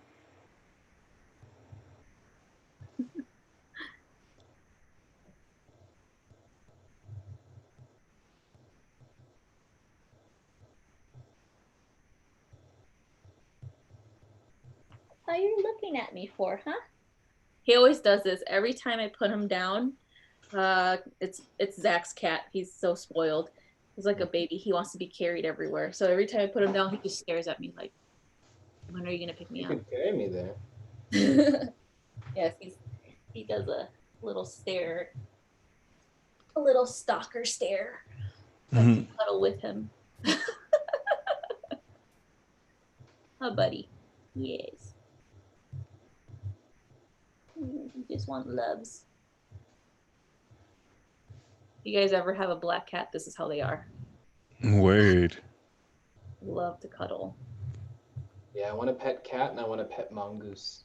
A mongoose? Plan of mine. Cancer, Leo, cusp, Aquarius, moon, and ascendant. I'm hearing spirit clearly, or am I missing anything? Okay, so are you interpreting your gifts right now accurately or in a way that feels like it's aligned with you, or are you missing something? What I had drawn for you immediately was Knight of Pentacles. Knight of Pentacles is saying consistency is important. And so this isn't like necessarily just consistency of like, keep practicing or keep trying. This is about Knight of Pentacles is you have to keep trusting yourself as well. Like when you're picking something up that is just a projection, it's just a thought, there's no feeling or sensation that happens in your body. It's just a thought that is in your head. When you're genuinely feeling it though, when you're listening to spirit, when you're picking something up, it's a sensation that just moves through you. You feel it and understand it at the same time, or you even hear it as well. So Knight of Pentacles is saying you have to be very consistent with the way you're trusting yourself, because then you'll start to know the things that are actually accurate and the things that are inaccurate have two completely different feelings to them. And so one thing that really helps out is writing down everything you intuit for like a good 2 or 3 weeks straight, and you'll start noticing that there's similarities between all the stuff that are just projections and the things that are actually intuition. Wheel of Fortune suggests that from this, I mean, just from some consistency and some self-trust, you can actually evolve in a really powerful way. This evolution will be feeling that the psychic gift you have and the assumption of how that's going to look in its best state might not even be enough. It might even be better than that. This is going to be an entirely new set of expectations. And Ace of Pentacles says this is actually going to affect other areas of your life. That this isn't just going to affect your personal spiritual practice. This is also going to affect your finances. It's going to affect the discernment you use for friends and relationships. The discernment you use when you're in sort of familial issues. It's suggesting this is going to essentially teach you self-trust to the highest degree so that you can sort of master this gift, if you will, or get extremely aligned with it and extremely aligned with yourself and with your relationship with the universe or God or whatever term you prefer. But it just feels like this is a really powerful opportunity right now. It feels like you are just flowing with psychic energy, and this has to be interpreted through trusting yourself, but also being open-minded to which things are intuition, which things are just projections. The underlying theme we got for you for this week is the Seven of Pentacles. So this is for Caramel, right? Yep. I'm hearing spirit clearly, and you're talking about seeing auras. So I love how this card literally shows a spirit flying overhead, like trying to get your attention, like, whoop, whoop, look at me, look at me. So that's interesting. Even though the theme of this week for you is pause, speculation. You have a farm that you've grown. So all you have to do is let the crops grow. Really just kind of allow this week for things to play out. And based off of what happens this week, you evaluate what to do. Oh my goodness. Holy shit. Yo, look at this. We got the Magician, the Sun, and the Strength card. This is very important. Okay, all three majors are making this a life-changing week. So I think that's why this week you're just going to have to like evaluate. But damn, this is amazing. What the hell? I don't know what to say. But I will say this is definitely talking about like enhancing considerably your magical ability, and then at the end of the week harnessing this towards your passions passionately. It's like you get the green light and you really have this ability to supercharge your intentions, bright for you all week. But once again, like, I get the sense that even though you'll have this energy, don't be in a rush, especially, Mercury's getting ready to retrograde. Still just allow yourself to pause as needed. And we do have yoga, but I want to pull another card for you. Right there. Yes, you're right there. Boom.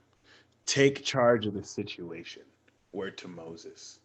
So allowing yourself to kind of patiently have things come to pass, or you don't have to wait for things to happen, but like with all this supercharged energy you have, take charge of the situation, pause when necessary, and rinse and repeat. But please let me know that Magician's Son, I'm kind of jealous. Magician, Sun, and Strength, like, Jesus. I'll take that. Yeah. Right. If you don't want it, I'll take it. Yeah. Seriously, that's like, damn, 2 infinity cards.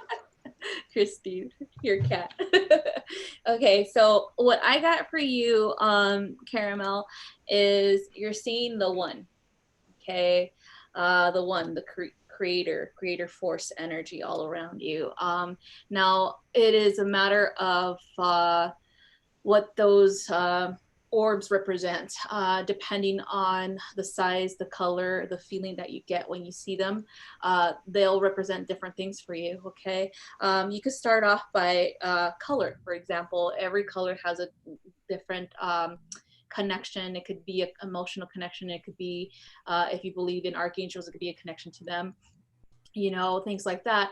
And so with the one, with seeing these things with your third eye, it is a conscious stream that you're tapping into, which is creative force energy, which is creator, or God, if you call them that, or her. And this is just leading to why you're here. It's just leading to you exploring more of your abilities, you allowing yourself to channel. And that's how it happens usually, is when you're open to receiving, and that's how channeling happens.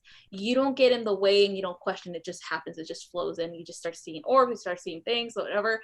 And then later on, when it's over, then you write it down, then you question what that felt like, then you ask yourself, like, okay, what does this mean? What does this color make? How did this color make me feel? What the orb made me feel like, you know? And then it'll be interpreted based on what you feel is the right thing. Okay, and then trust that too, because that's a tendency that we have when these things happen, is if it hasn't happened for a while, or it hasn't happened at all before, we start to question our sanity.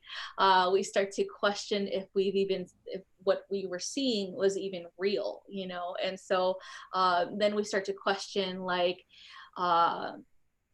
what we are seeing, what does that mean? Okay, so I would say write things down at first after you're done channeling, because that's what you're doing, you're channeling this stuff. And then write it down after you're done, and then how you felt about it. Okay, so the next one you got is the Ace of Gabriel, and this is the Ace of Wands. So it's like a new beginnings, new opportunities, new inspiration coming your way, new passion, new zeal for life. And this is something that it's leading you down this road of exploration, especially how your connection, or how you connect to creator. You're going to start to have this sense of like awe and wonder about yourself, about your connection to creator, and about creation, period, you know, like humanity and everything else, multidimensional beings, things like that, are going to start to appear to you more often if you are willing to open yourself up to that. So, okay, so this is like a new adventure for you. This is a brand new, you know, like exploring your soul, you know, pretty much. And just all of these aspects are coming in, and so that's what I'm reading, like your aspects, your old, like past lives and multidimensional self coming in to tell you, like, hey, here we are, you know, like this is who you are. So it's going to be fascinating. So the next one you got was the Eight of Raphael, and this one is about seeing, or you kind of like waiting for something better to happen. You know what, you know what's right, and you know what's wrong, and you know that you want to explore different aspects of yourself. So you have this tendency to want to know more, but it feels like you keep getting like stuck in, like, should I go on a spiritual quest? Should I explore this more, or should I find a teacher, things like that. It feels like there's a lot of shoulds, like should I, and they're saying kind of like, well, just wait, do your self exploration first, ask yourself these questions first, get to know yourself first, and then if you feel like you need a teacher, then explore that option later, you know, because right now you're exploring you, like what does this mean for you? Okay, because you don't want other people to interpret what that experience means for you, because it's definitely unique to your soul. Okay, and you have to get that confidence of allowing yourself to know that my intuition is right. You know, I am correct in my, you know, what I'm evaluating right now. Okay, so the next card you got is the Justice.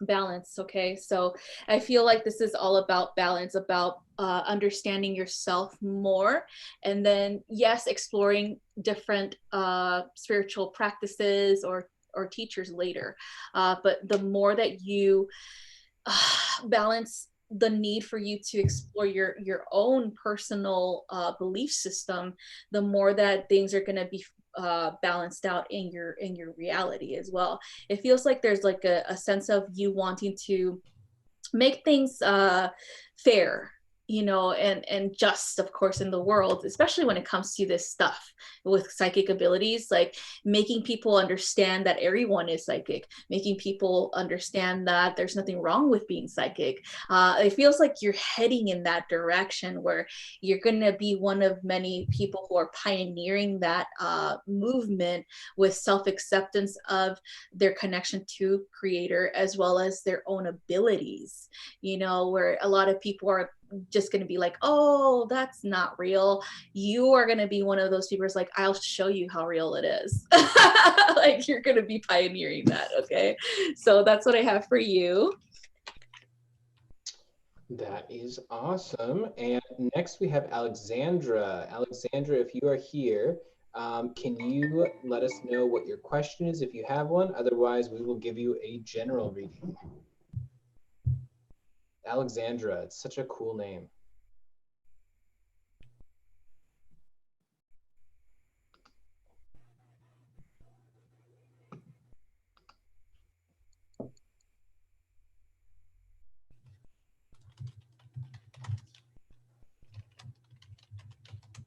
And for the person after Alexandra, we have Lisa C. So Lisa, same question.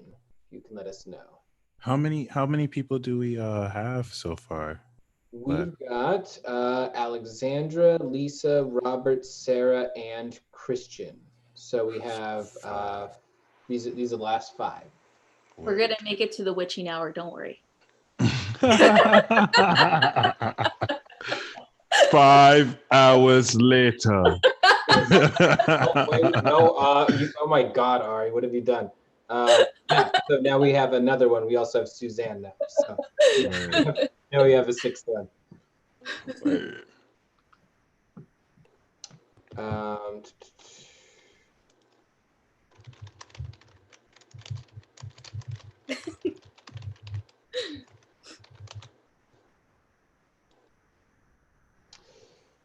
Um, so yeah, Alexandra, if you're not here, then make sure to message Michael. You can message Michael, and we will get back to you. Well, we can do a general for Alexandra. Just we could do that. Yeah, we could just go. That works too. So Alexandra, first and foremost, what I got for you, I got 6 of Wands. It's going to be a really victorious time for you, and so there's a very important lesson here. Right after the 6 of Wands, of course, comes the 7 of Wands. 7 of Wands is a place where we don't always know what's going to happen next, and we actually have to find peace and comfort in that.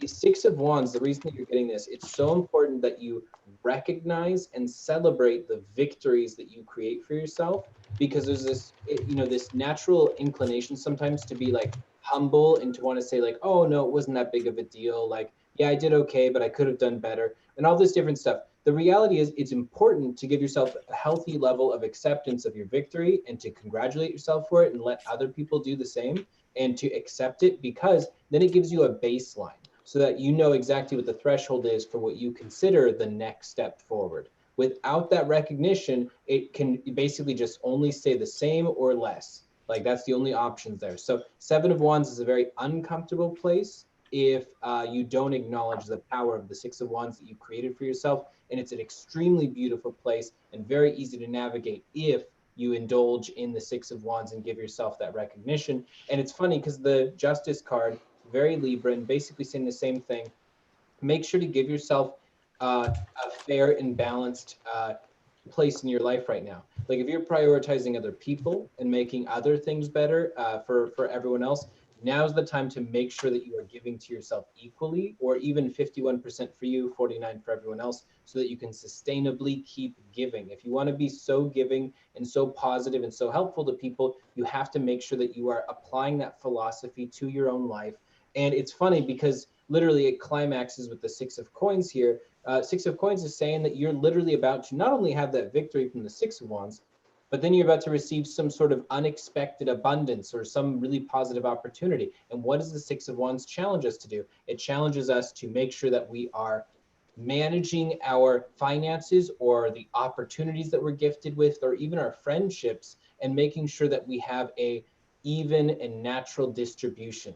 You know, it's like being able to distribute these things evenly through life. So rather than like hoarding it because you have it, or giving it all away, which is the one that I'm feeling is more likely, like instead of doing that, like really treat yourself like you're this huge investment priority, and that by investing in yourself, you can get yourself all the way to the King of Coins or Queen of Coins.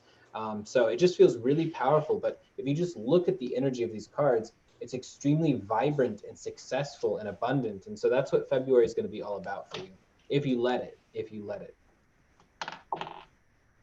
Ironically, right when he said if you let it, I pulled Let It Go by Kuan Yin for the Oracle card. Yeah. I forgot to tell you guys, I'm Kuan Yin. Let it go. All right. We also have the King. We also have the King of Wands, which kind of borrows off of what Jack said too, as far as like being entrepreneurial and being a go-getter. In this case, I see this as you maintaining independence in having your own hours, making your own passionate entrepreneurial, once again, decisions. And it's even better because it comes with the Queen of Wands, and it balancing with the temperance and the Two of Wands in the near future. It's talking about current management, current good management and moderation is going to lead into fortune and you being able to manifest your vision into the world. So all of this is very independent, passionate energy. You know what you want, you know the direction you're headed into. Like dare I say, you're letting your balls ache and you're not taking no for an answer. So yeah, let go of any stress. Love that. Just love that. And yeah, you got this. Boom. Balls to the wall. Yeah. All right, so is Lisa here? with that. Okay, so what I got for you, and this is kind of like the energy that you are representing this year is new consciousness. And it's not necessarily a new idea. It's more of like ancient wisdom that was, you know, set forth by our ancestors a long time ago, but we've somehow maneuvered away from it. So it's more like you're representing that energy once more and bringing it to this new age of Aquarius. So that's where the new consciousness is coming into, is the age of Aquarius. And so you got the Six of Autumn, which is the Six of Pentacles as well. And this is kind of like more of like everything that you've been doing for others is going to be repaid tenfold. And there's like a lot of that of the you giving yourself, a lot of you giving your time, you're even helping with monetary things with to other people, like letting them borrow money. It's gonna come back. You know, it's actually gonna come back this year in such a like a more a bigger way. It's more than you've expected it. And so just be ready for that, because it's gonna be like huge. And of course, like it's kind of like they're repaying you for all the help that you've given them. The universe is acknowledging that as well, and it's gonna give you more than enough. Okay, so the next one that you got is the Princess of Autumn, which is the Page of Pentacles, and this is about news coming in, that again, career, more money, possible promotions, possibly you doing something that is going to definitely lead you down a more prosperous road when it comes to what you're going to do here with career, your plans and things like that.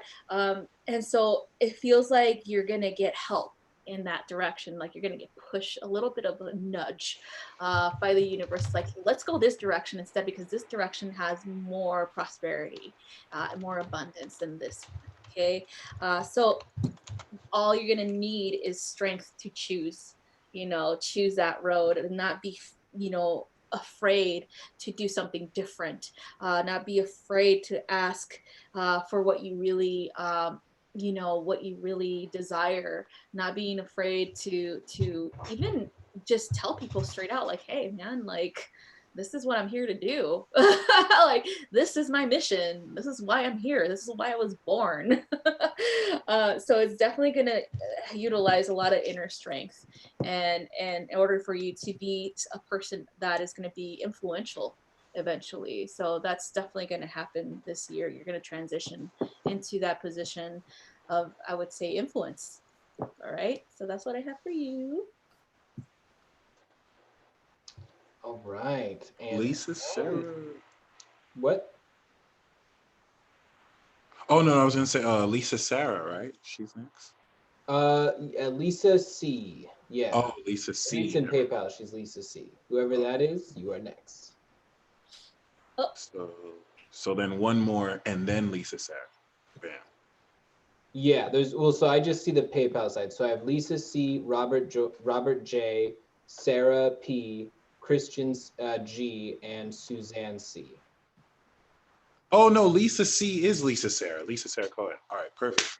Happy birthday in advance, Lisa. Oh my gosh. Well, that just threw me through a loop. Okay. I'm gonna recover from that. You guys have to give me a second. This is like reality. There's just two people, different Oh names. god, yeah, yeah. She's definitely Lisa C. And her question was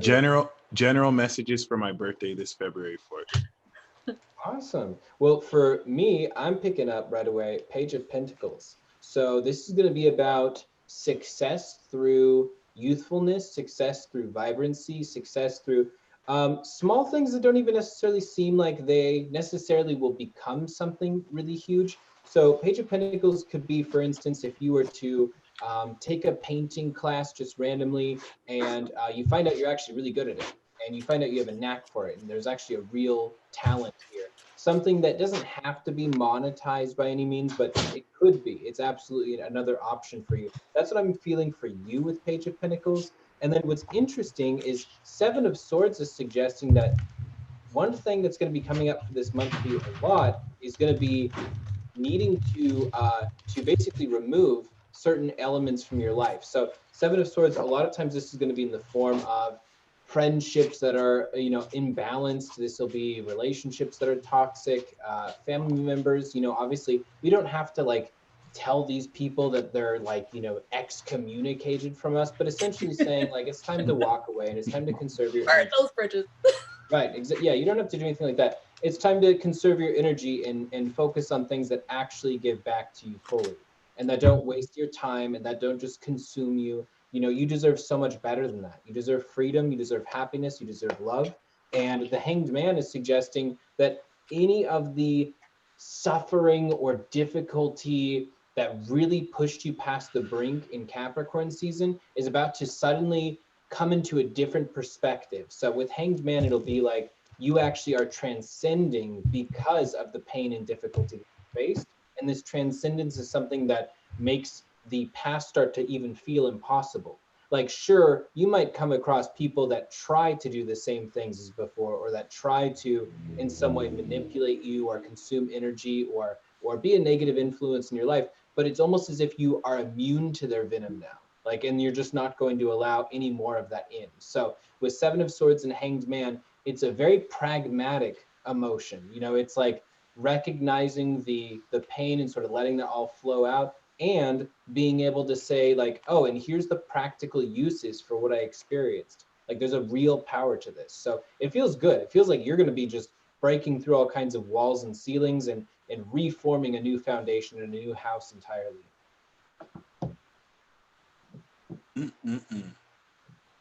All right, I'll go after you. Okay, awesome. So what I got for the energy that you're going to be experiencing is missing link. So something missing from within you, feeling like you might be, not understood like thoroughly by, it feels like it's like families, like your family, like your closest relation. I keep getting like your parents. I keep getting like, it's like you feel like, how do I say this? You feel like you already know that you're here to experience a life with them and grow like that, but you're not truly like a part of their own conscious stream. And this could happen a lot because you're an Aquarius. Aquarius have this thing of like seeing the bigger picture, understanding that, hey, I came here to do this, and so that doesn't mean I have to do what they tell me. It's about me. It's about me paving my own way. And so when you start to feel like that detachment or there's something missing, it's not that there's anything missing. It's more like that you are here on an individual mission. It's not going to be related to what they want you to do, what they've set forward to you through, raising you in a certain way. So again, it's like a total different dynamic, understanding that your detachment doesn't mean you're weird. Like, it's just you are able to see why certain things are playing out in a certain way. Okay. So the next one you got was the 5 of spring, and this is the 5 of I think it's the 5 of wands. So again, issues with people's personality differences and personality differences in opinions, feeling, again, you're feeling like you're just not a part of it. Like you're detached, you're feeling like there's opposing energy, feeling like a lot of people are just misjudging because they just don't understand why you do certain things, because they don't see the bigger picture like you do. And then of course feeling at odds with yourself because of this. And I keep hearing, don't feel that way. There's something bigger that's going on, and that there's something bigger going on. And what's going on with those relationships are kind of like minuscule compared to what you're here to do. Okay. So the Amen next to that. is the star. So as soon as you decide to understand that you're here for a higher purpose, that everything in that sense of like anything that's opposing you is minuscule to compared to this, compared to your higher purpose, and stepping forward into that, into your future self, and accepting what it is in an optimistic way, then things are going to start to be more clear for you. Okay. And then you're going to start into a new beginning, the ace of summer. You're going to open up yourself up to getting to know new people, possible, like having deeper connections with new people. Okay. It feels like the people that you've known and had kind of like those, I would say, opposing energies with, are gonna see the transformation in you because of the new people coming in that are gonna help you with that. And it doesn't mean that you're gonna let them go or put them on the side or anything like that. It's more like they're gonna mimic that, or not mimic, but they're gonna transform with you eventually. They're not gonna just fade away, like especially with your family. It's like they're kind of showing the kind of like a little triangle. You're on the top of the triangle, and everyone else is going to transform based on your own transformation. Okay, so you're leading the pack. All right, so that's what I have for you. All right, Lisa. I really, really loved what I pulled for you. I got the 4 of Pentacles. So the theme of this week, and I feel this is the theme of the year for you, so much greater financial stability. And it's interesting because this comes with the Chariot, the 6 of Pentacles, and the Justice, both of which have scales on them This is a card of philanthropy. And this really resonates with the nonprofit organization you were telling me about, and how I think you're stepping more for a for-profit side to this, which is going to bring this material gain. So the justice card is you really getting the legal work really done with it. The chariot is the recent success, because you've already achieved success with this. It's not like a startup that you're just really experimenting. And of course, this is you still giving back. It's opening up that financial flow. So what really speaks to me is like really moving forward with the initiative you already like. I'm excited to be a part of that as well. I know we haven't really talked about it personally, but like in that vein, but I could see how, and am excited to be a part of it, because considering it's already been successful before, I think you're going to use that previous success as an opportunity to step into so much more success. And we also have Go Now by Serapis Bay. So you have everything that's necessary here. I think you're really in a position to help those who need this help and still make really great profit. So the justice card is you getting the legal documents in order and, serving it. I heard it. You got served. So anyone who needs to get that karma right. Getting that karma right.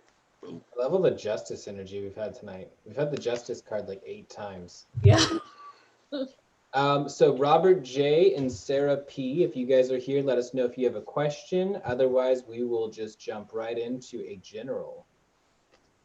Robert's next. Yep. Cool. Robert and then Sarah.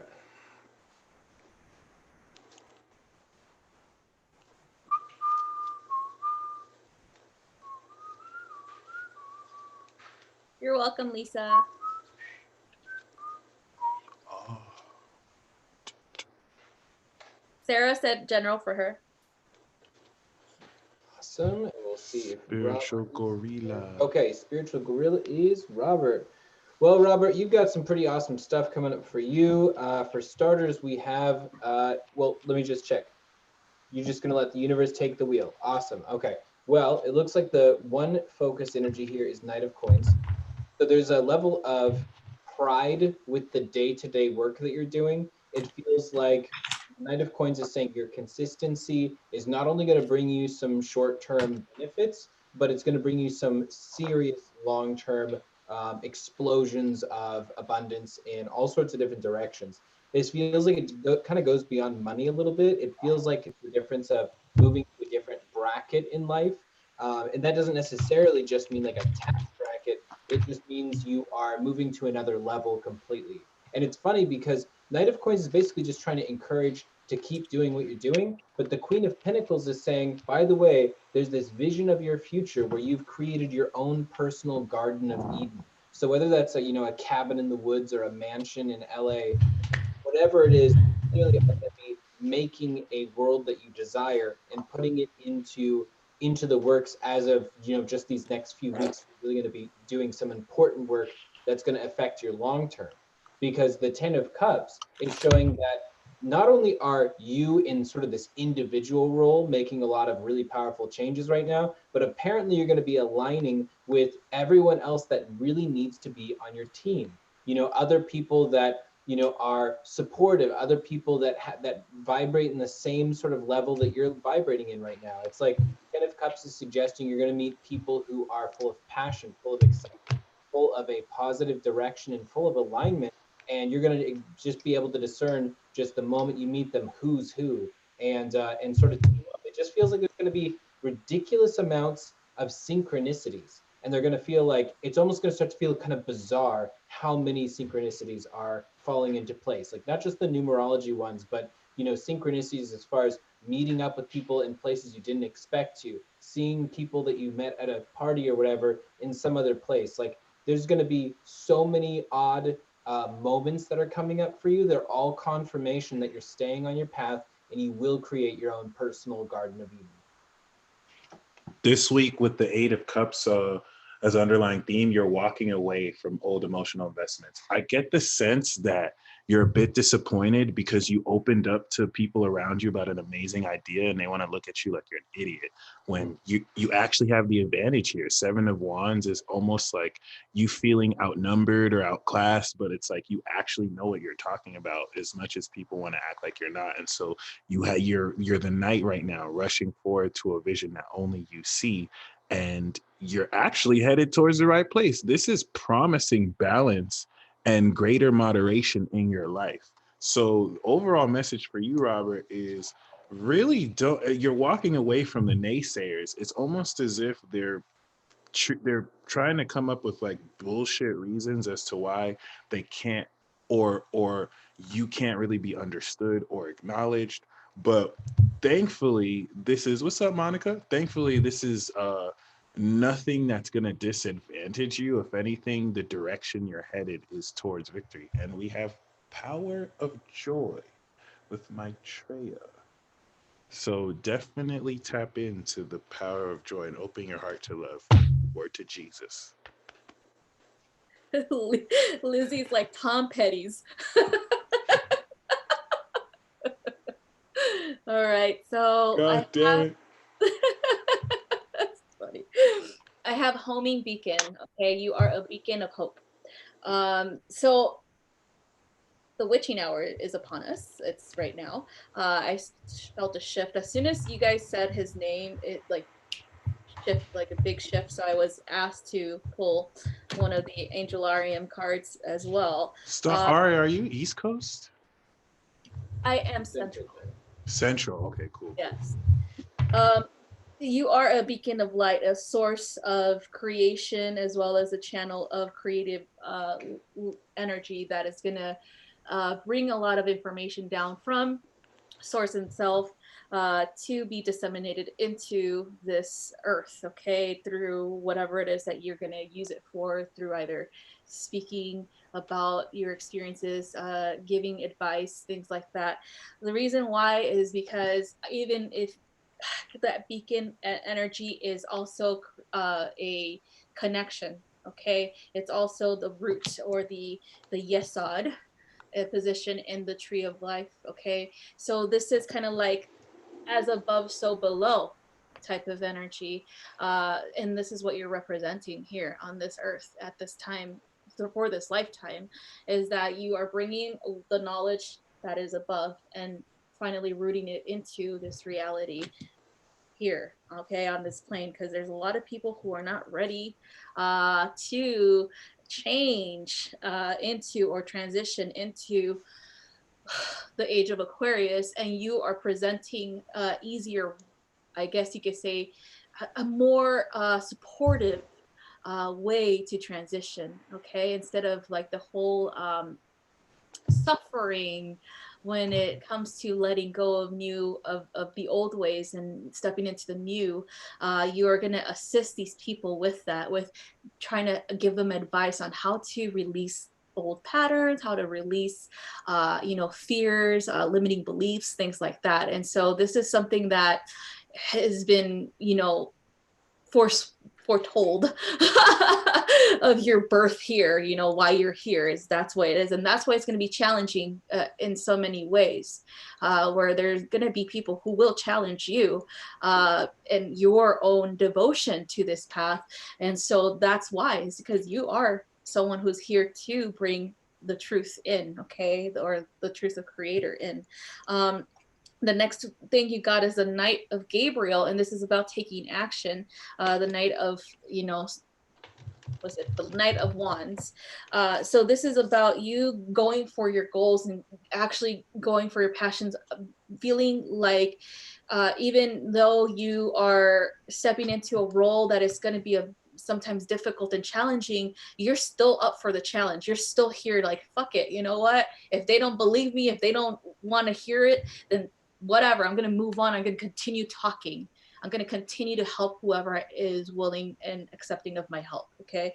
And so the next one is ultimately the Four of Gabriel is you're definitely going to find harmonious relationships with other people. You're definitely going to find your happily ever after.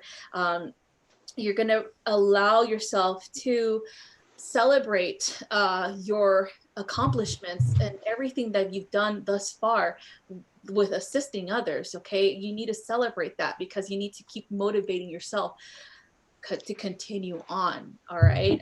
And so they're saying take that time, take the time to be grateful, take that time to allow yourself to connect in that deeper way with someone else, to allow yourself to express your love, okay, and devotion to your path as well as to other people, because it does get difficult. It does get difficult, especially when you're being told the opposite or you're being opposed in some way. Okay, so that's what I have for you.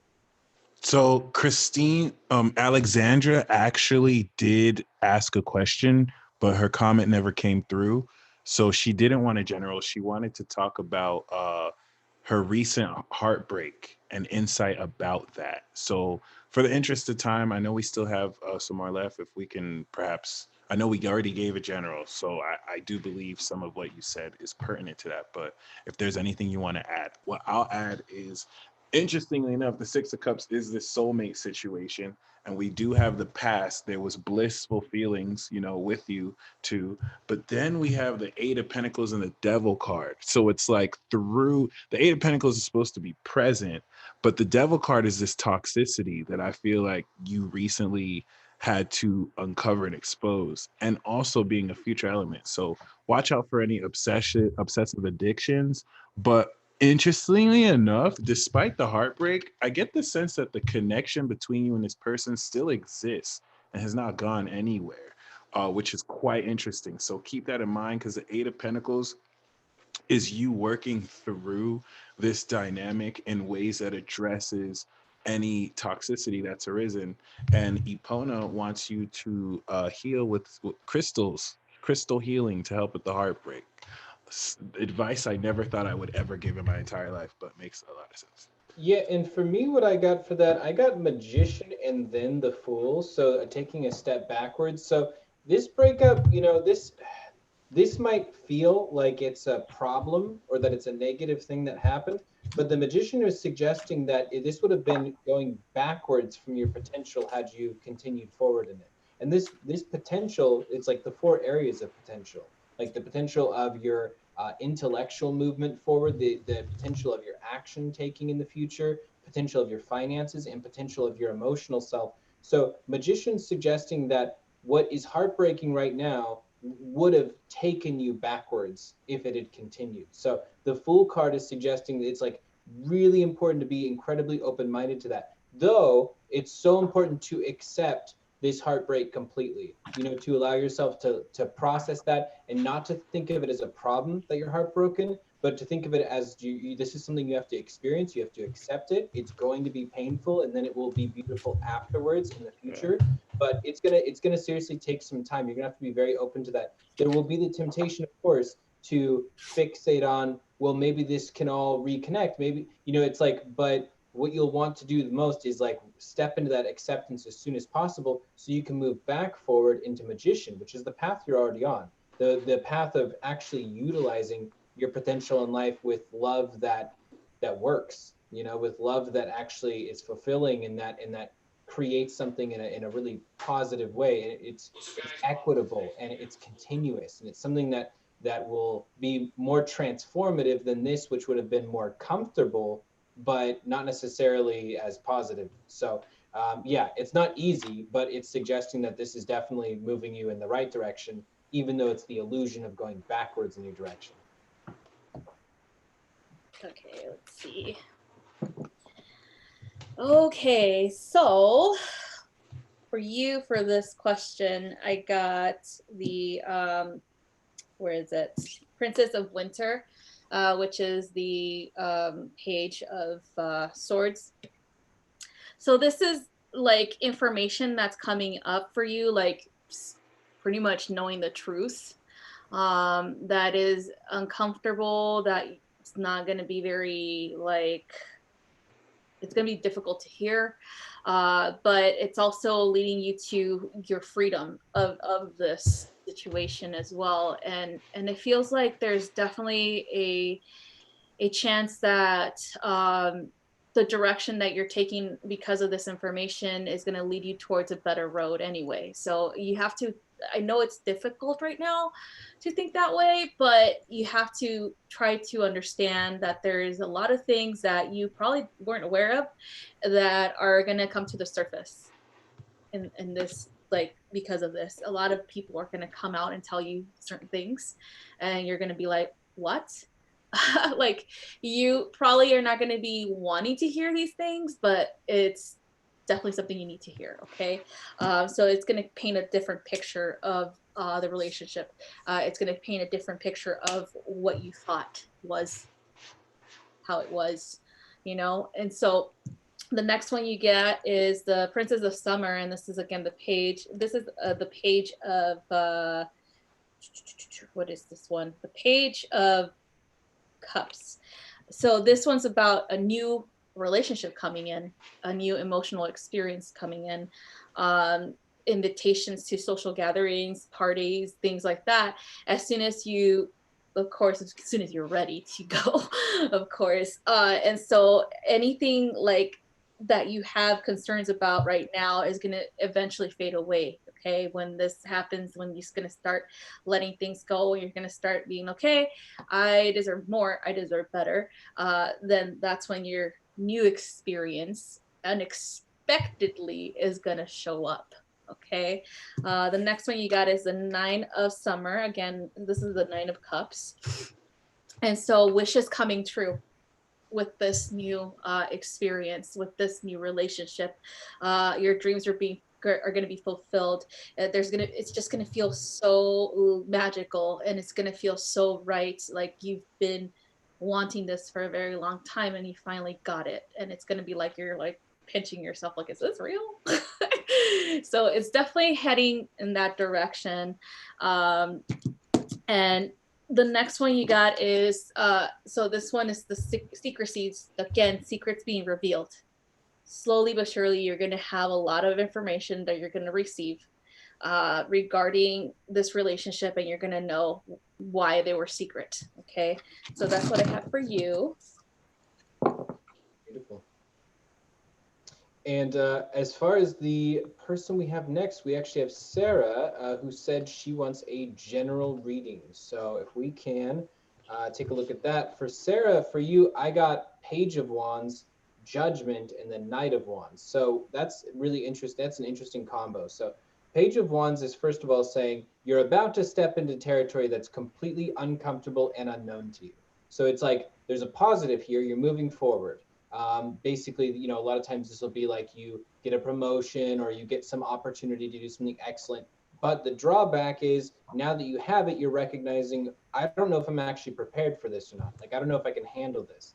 The Page of Wands is basically saying, though, there is no way to move forward without experiencing that fear and without walking right through it, even though you're feeling it. You're going to be walking in totally blind in a dark room, and you're going to have to basically move and trust yourself because of your natural competence, because of your natural ability to do these things. You've made it through so many situations that felt like that before. And the Judgment card says that if you accept that realization, if you say, I can do it, even though I don't have proof of it. And the truth is, I might fail a few times, maybe even a lot of times, but it will get me to success if I'm just consistent. And by closing that old door, you're finally able to open the new one. It's like, what's the result from that? It's like the Knight of Wands. This is stepping in through a trial of fire and transforming yourself completely. Like, you go from this character who is young and confused, metaphorically, to this character who's riding a dragon. You know, like, those are two very different types of people. So this will start to create almost this expectation in your head that trying new things, stepping out of your comfort zone, is not only something that you're capable of doing in some situations, but that you're very able to do in all situations, that you're able to step into the unknown and always find your way back, or find your way forward in a way you never thought was possible. The underlying theme we have for you, Sarah. Good night, Chelsea. Is Night.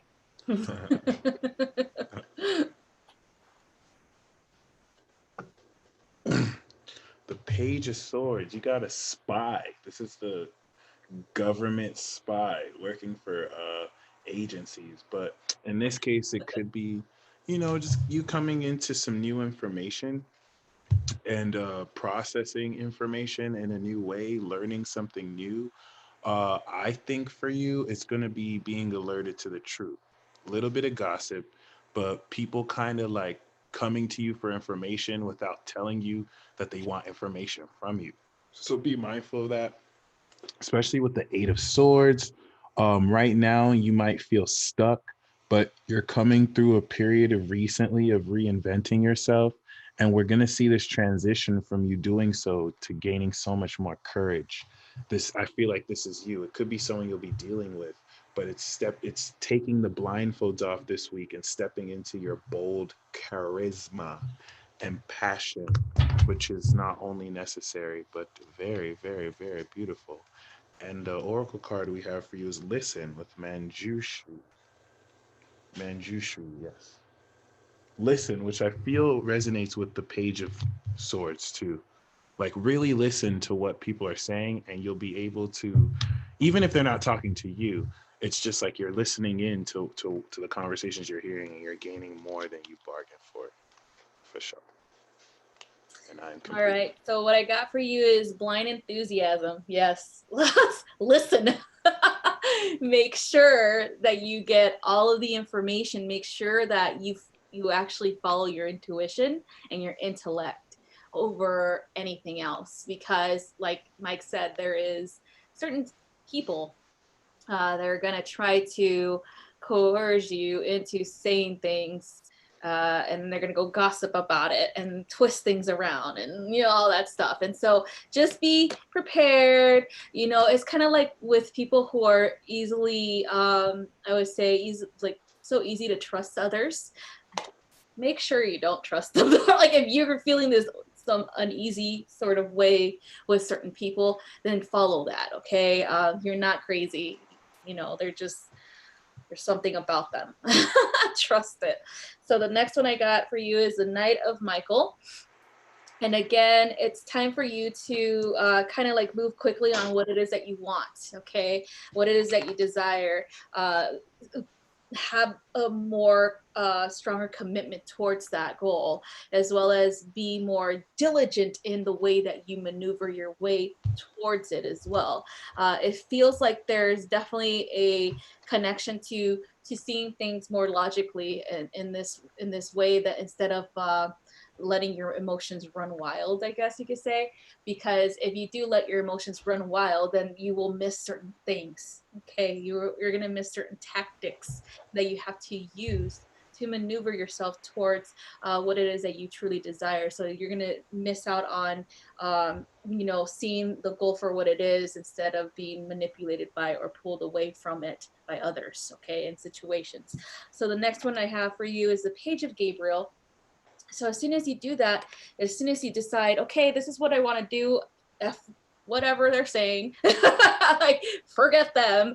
I'm gonna follow my heart. I'm gonna follow my passions. I'm gonna do what I said I'm gonna do now. Okay. So this is the same thing as the Page of Wands. Doing everything, you're ready for the challenges. You're ready to go towards the opportunities that are being presented to you, with kind of like you're excited about this new adventure. So follow it, okay? Because you're gonna end up at the Nine of Ariel, where your dreams are being fulfilled, your dreams coming true, everything is happening so fast. All the hard work that you've been doing is leading you towards success. Okay, so that's what I have for you.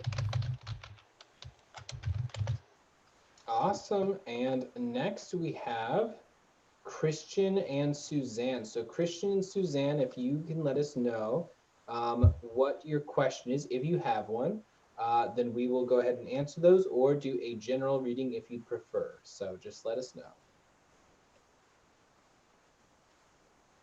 You're welcome, Sarah. Thank you, Sarah.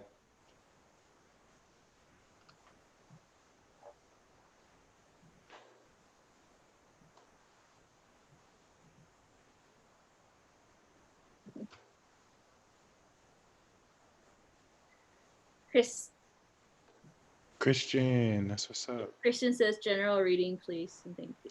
Awesome. Would you like to start us off, Ari? Oh, okay, yeah, sure. Like, sure.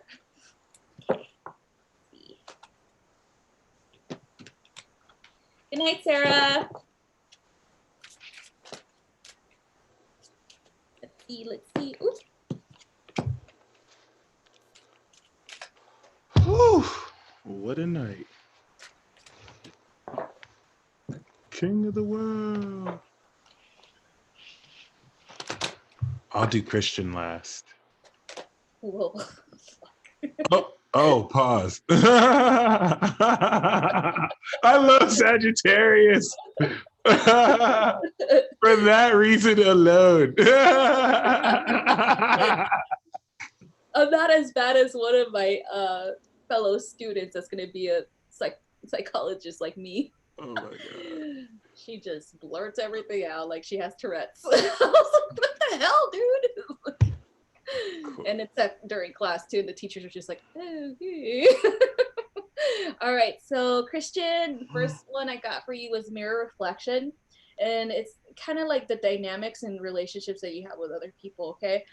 So this is kind of like what you're gonna learn about more than anything with regards to others. A lot of the times we tend to think that, especially because certain situations that keep picking up like your childhood, certain situations in your childhood make you believe that a lot of the things that, especially with interactions with other people, that's happened is your fault. It's not, okay? What happens with people, and I'll keep picking up empath, what happens with people like you who are an empath, it seems like you are here to help people heal. And so you tend to attract those people who need the most healing, okay? It doesn't mean that you did anything wrong. It just means you trigger that need for them, okay? And they're not ready for that yet. So that's what the mirror reflection is. There's going to be that type of communication, those types of relationship dynamics with other people. It doesn't mean it's going to be forever. It's just understanding that a lot of the things that contribute to this is because of the way things were when you were a kid. Okay, so it feels like inner child work needs to be done. We're connecting with that forgiveness aspect of yourself when it comes to when you were a child, what you experienced with adults or even with kids at school. Things like that need to be addressed, because then you're going to be able to not have or attract that type of dynamic anymore as soon as you start to step up into your role or into your full power, and not give too much of yourself or too much of that, I would say, unconditional love to the wrong people. Like, I'm trying to be honest with you. Like, there's a lot of people who take advantage of that, okay? So the reason why that's happening is because you're here for a divine purpose, okay? So this one's divine guidance. So this is about searching for your meaning, searching for the meaning of life itself. Why are you here? What's going on with the dynamics in the world? What's going on with humanity? Things like that. Is there an alternative approach to certain situations? Yes, there is, and you can find those alternatives. It sounds like you are definitely going to step away from the chaotic relationships and into more meaningful ones, okay? So as soon as you take your power back, as soon as you do that inner child work and say, you know what, I've had enough of these toxic people. Like, even though I have a lot of love for humanity, I deserve more, I deserve better, I deserve respect. And so you're going to start to surround yourself with more respectful people, more people who are going to give you the love and respect that you deserve and desire. The next one you're going to do, or you got, is the Three of Gabriel's travel. So with that being said, there is a time for you to finally get into a kind of like enough money for you to travel, maybe exploring different countries, maybe exploring different people within your community. It feels like there's going to be these connections of wanting to know more about humanity. What makes someone tick? Why do they do the things that they do? What's going on with their, like, we want to learn more about different cultures as well. And so in so many ways, so that you can know more about yourself. Because there's different aspects of you reflective in those people that you're going to meet. Okay. The next one you got is the Four of Ariel. And this one's about, you know, giving and receiving. Okay. That lesson that needs to be learned is that you give love, you have to receive it in return. Okay.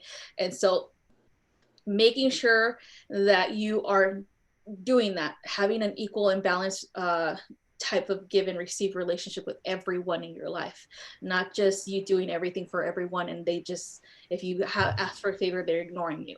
You know, don't do that again. Like, just be like, okay, obviously this person's not in it for, you know, the long run, or obviously this person just wanted to use me for this. Okay. So it's very important that you choose to surround yourself with people who are going to actually be there for you as well. Okay. So that's what I have for you. All right. And for Christian, I also have Six of Swords. So Six of Swords is saying that now's the time to understand that you might be more certain than you think you are, that you're able to take on journeys alone that you think you might require other people's input for. Six of Swords is showing that essentially there's something that's going to require you take a leap of faith.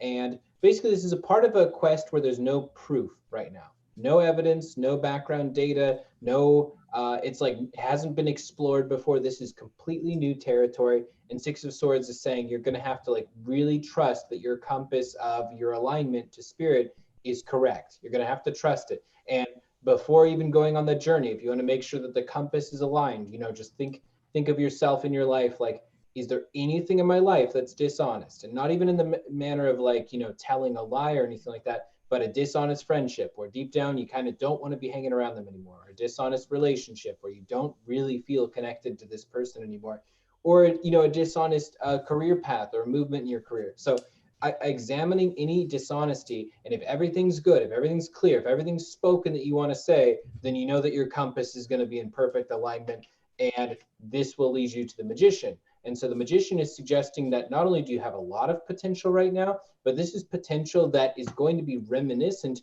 of something that you thought was no longer accessible.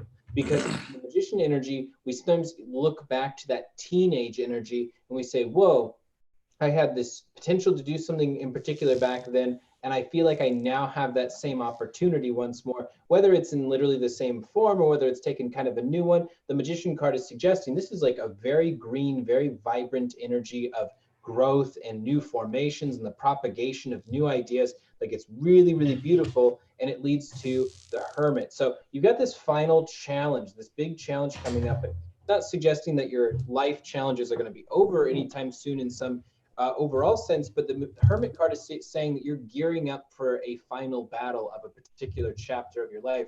And the Hermit's asking you to go out and ask the big questions like, why am I doing what I'm doing? What do I really believe in here? Have I started to notice that something I thought I believed in has now been called into question in repeated ways through the universe, whether it's the actions of other people or the application of this philosophy and the results of that application? The Hermit card's asking that you really start to ask some of these big questions and then act based on them. And it's like, it's circular. It goes right back to the Six of Swords. And it's like, if you've asked those questions, then you're ready to take your trip. And after taking your trip, you'll be ready to answer those questions. You know, so it feels like this is kind of like intense stuff, but it looks like you're going to be able to navigate this, at least that you absolutely have the potential to navigate it, and that this will lead to a lot of one in particular, one huge opportunity for you that could permanently alter like basically the state of your abundance from here to the vibrancy, or of course the antithesis being to like this this grayness and this lack. So you definitely of course want to step into the abundance, and I think that's what you're going to do. I think the Tower card I have here speaks to that unexpected like sense of abundance, because if you're stuck at all, this is going to really shake things up for you as an underlying theme for February. We do have reinvention and intellect over emotion, especially if you're a bit indecisive about where to move forward. You know, you're like gathering your resources to move in a different direction. But what I love about this is that even though you might be a little bit still, what's coming is death. Like it's totally transforming. And that's why unconsciously, this is Moon in Libra, by the way. This is why unconsciously you're a bit stuck, because you're sensing that everything's about to transform. And I don't get that you're stuck as much as you're still. You're listening to your inner voice. So King Solomon wants you to focus on your priorities. You are this king, all right? You carry this kingly energy. And as you focus on your priorities and you invite this transformation, this will align everything appropriately as such. And I am complete. That's beautiful. Now, the next person we have is Suzanne. Suzanne, did you end up having a question, or were you looking for a general reading? I think And the next Suzanne. would be for a payment from a profile called Buy to Bode Home Care. Suzanne says, I am an Aquarius, career as it relates to my hope of being with my divine masculine. As I lost my job bullied. I couldn't walk for over a year from injury, and everything I'm trying, real estate, Forex trading, boom. Wow. Yeah, let's take a look. So right off the bat, Suzanne, we do have a spiritual law of attraction for you by Melchizedek. This is your season as an Aquarius sun. So definitely, it's not really as simple as just like, you know, setting the intention to attract this.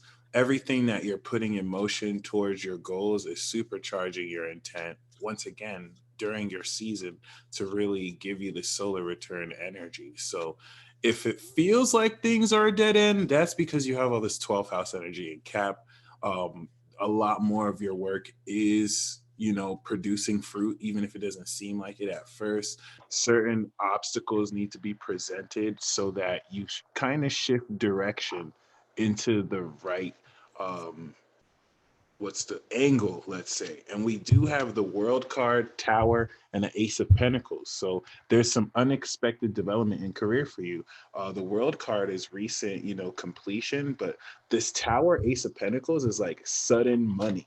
Okay, a sudden new direction in finances. And the Six of Wands is coming into victory and acclaim.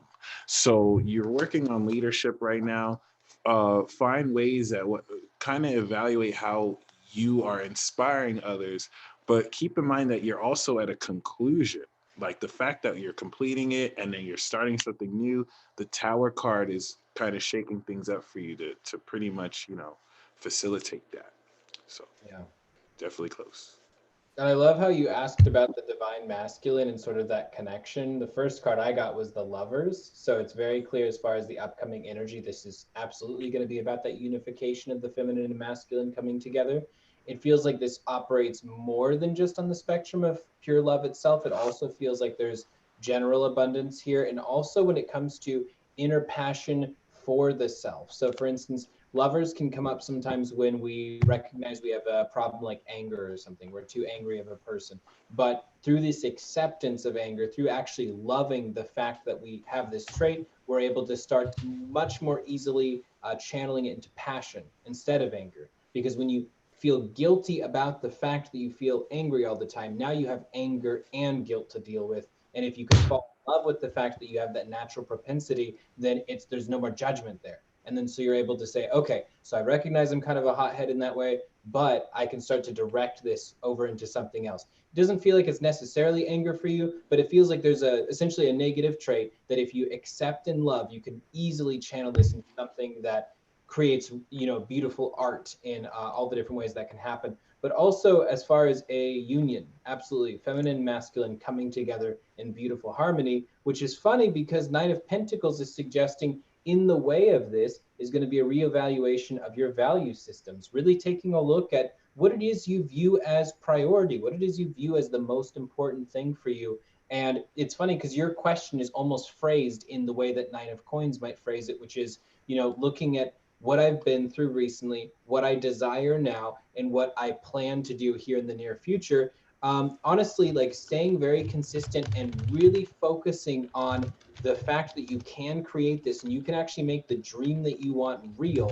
You can sort of face this final problem and then get to that point. The Two of Pentacles says that it leads you to a state of gorgeous balance. And once again, we've got masculine and feminine coming together with Two of Coins. So you have this balance where the life that you actually desire and the life that you're putting into motion now are starting to almost weigh the perfectly same amounts, and it'll be perfectly aligned, and then you'll be able to continue moving forward. So I would say love and money for you are going to be directly interconnected, as well as general healing. With all this green energy and all this red, to me, it's like healing in the physical body as well as healing in the emotional place.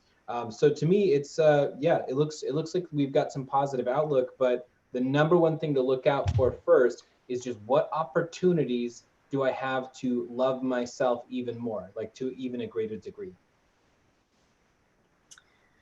Okay, so what I got for you for general energy for this month, it's the pulse of life, the galactic core. It's about getting back to who you really are, about actually asking yourself those questions like, what is it that I really want in life? What is it that I really want in, you know, for a relationship? Does that person that you want represent those ideals? Don't compromise with those ideals. It's about knowing yourself and knowing what works for you. Okay. The thing with career, the same thing applies. What works for you? What is it that works better? Why is it that you feel that certain careers work better than others? You know, ask those questions because you know that you're heading in the direction that you're supposed to when you do ask those questions, especially coming in from, you said that you were having issues with health. When we have issues with our health, it has a lot to do with our emotions as well as what we haven't dealt with. Maybe there's a situation where you haven't dealt with your emotions in the way that was healthy or what you think would have been appropriate. Okay. Maybe there's something about you that you've missed. Maybe there's something about the relationship with other people that you're ignoring as well. Okay, so then you got the ego. So this is the equivalent to the devil card. So this is again self-evaluation. It has a lot to do with what's happening with your health, with your wealth, with your love. Okay.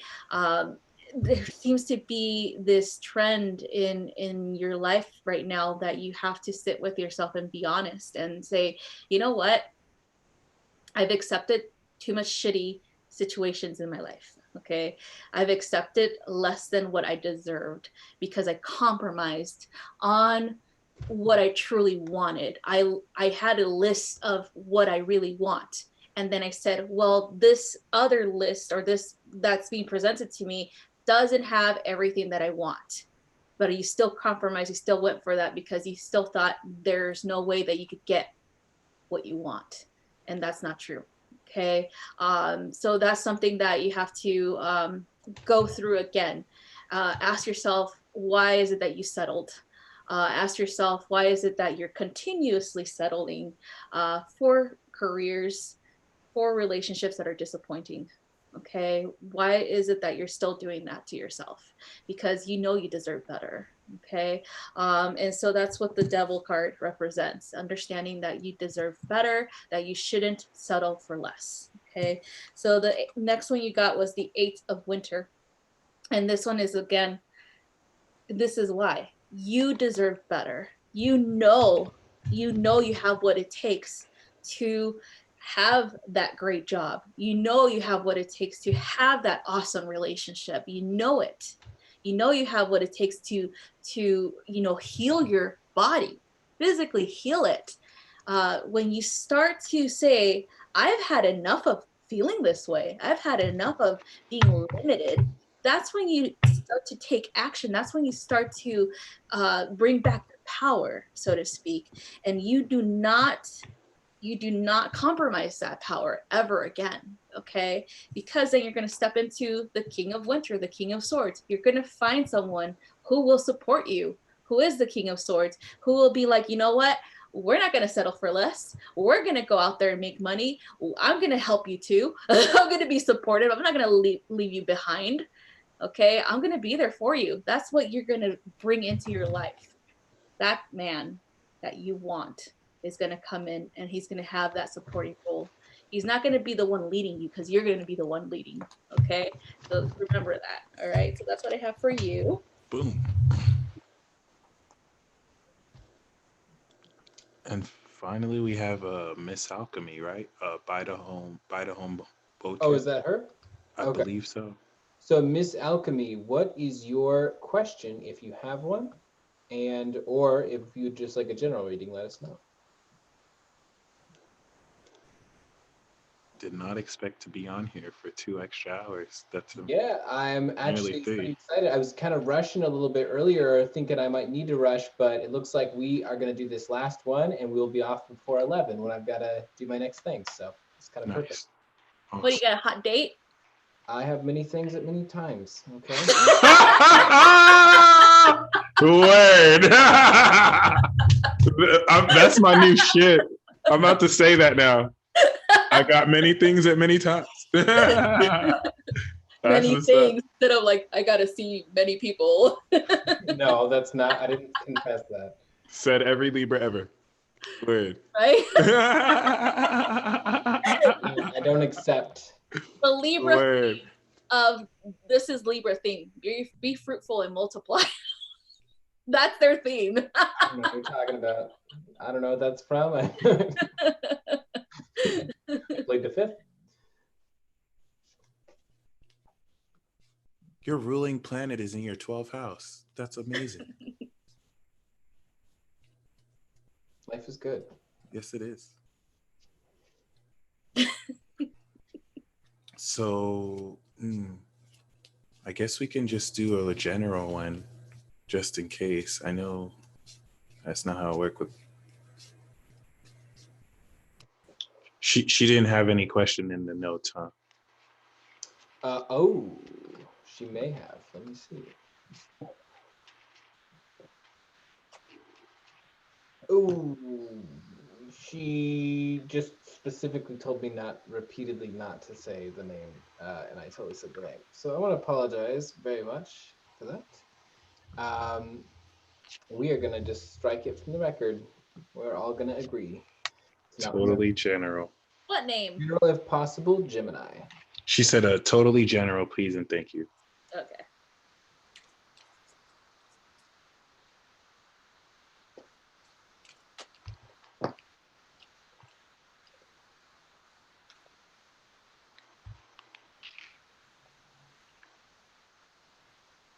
I'll go last. This is like people don't forget. Wow. Oh my God. Everyone. Oh my God. Didn't you shit your pants when What happened? don't forget? Oh, so I'm gonna start. King of Swords. You got King of Swords. So Miss Alchemy, you are definitely gonna be the most mastered form of yourself here in the near future. It feels like honestly you're gonna have like several situations that come up and almost challenge things that recently you've been working on and thinking about. So it'll be like, let's say you've been working on being more patient. King of Swords is suggesting that someone's going to come along and almost like hand you this gift wrapped situation where you have the ability to like handle it the way you've always wanted to and sort of feel like extremely like you've mastered something, like, okay, I've stepped into this energy. And it feels really powerful, very masculine for sure, but very, very powerful. And it's like through utilizing that, you actually get this intense mastery of water that comes up. So to me, it's almost like being tested in these different ways by the universe to prove that you're ready to step up into this next level of energy brings about this recognition of the dark side of the moon and the light side of the moon.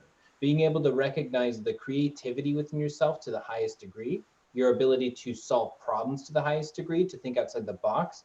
There's definitely there's a very like creative genius energy in this card for you specifically. And it feels like the number one thing for you this year is going to be all about the utilization of creativity, the utilization of undoing the paradigms that everyone else keeps saying are the only ways to do something, and thinking outside the box. Also, it feels like there's a level of very like lighthearted and here, and it's so important to keep those as a priority, like equal to the work, if not more, because it feels like you're unexpectedly going to be finding a lot of abundance opportunities in situations that are totally irrelevant to these opportunities, at least on the surface and seemingly.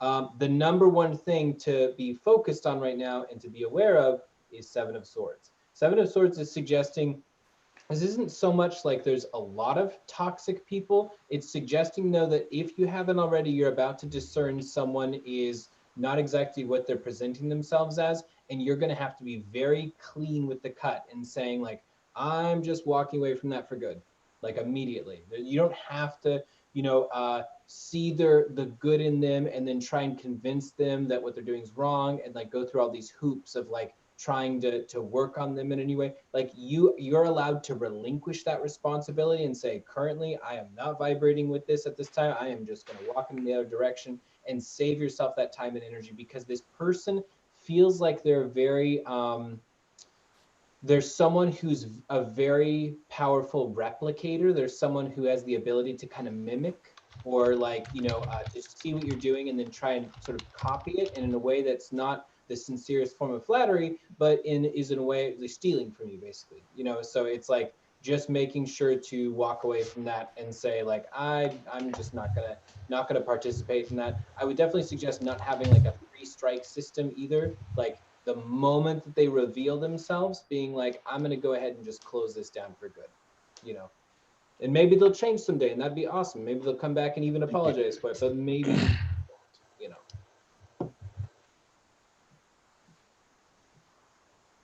So, yeah. You want to go, Mike? Yeah. I saw someone comment earlier, like right before you did the reading, and I was like, okay, I'm gonna give this person a third strike, and if they do it one more time, and then you just yeah. I didn't even see the comments. And so I just was like, okay, I'm not gonna wait for the third strike. I'm gonna just go. But yeah, so thank you, Jack. So the devil card's underlying theme, once again, borrowing on what Jack said, toxicity. I think you're in a toxic environment, but I got a double fold message. This to me is like embracing your sexuality, even though it's about like addictions and whatnot. I feel like you want to embrace an aspect of this devil card because it comes with strength, which is like sexual addictions. But I get the sense that you are going, maybe like if maybe it's kind of like being in a strip club, like you're in a somewhat toxic environment that is kind of known to be more dark. And this is why this is amazing, because all the cards we have for you are so positive. 8 of Wands, strength, the Wheel of Fortune. This is you at the strength with your infinity on, Miss Alchemy. And it's like, this is your angelic heritage. You literally released a lot of blocks. So even though the Wheel of Fortune is you stepping into like a serendipitous chance to really expand your world, I feel like you're creating an opportunity. I feel like you're bringing all the positivity and whatever toxic environments and raising the vibes like considerably.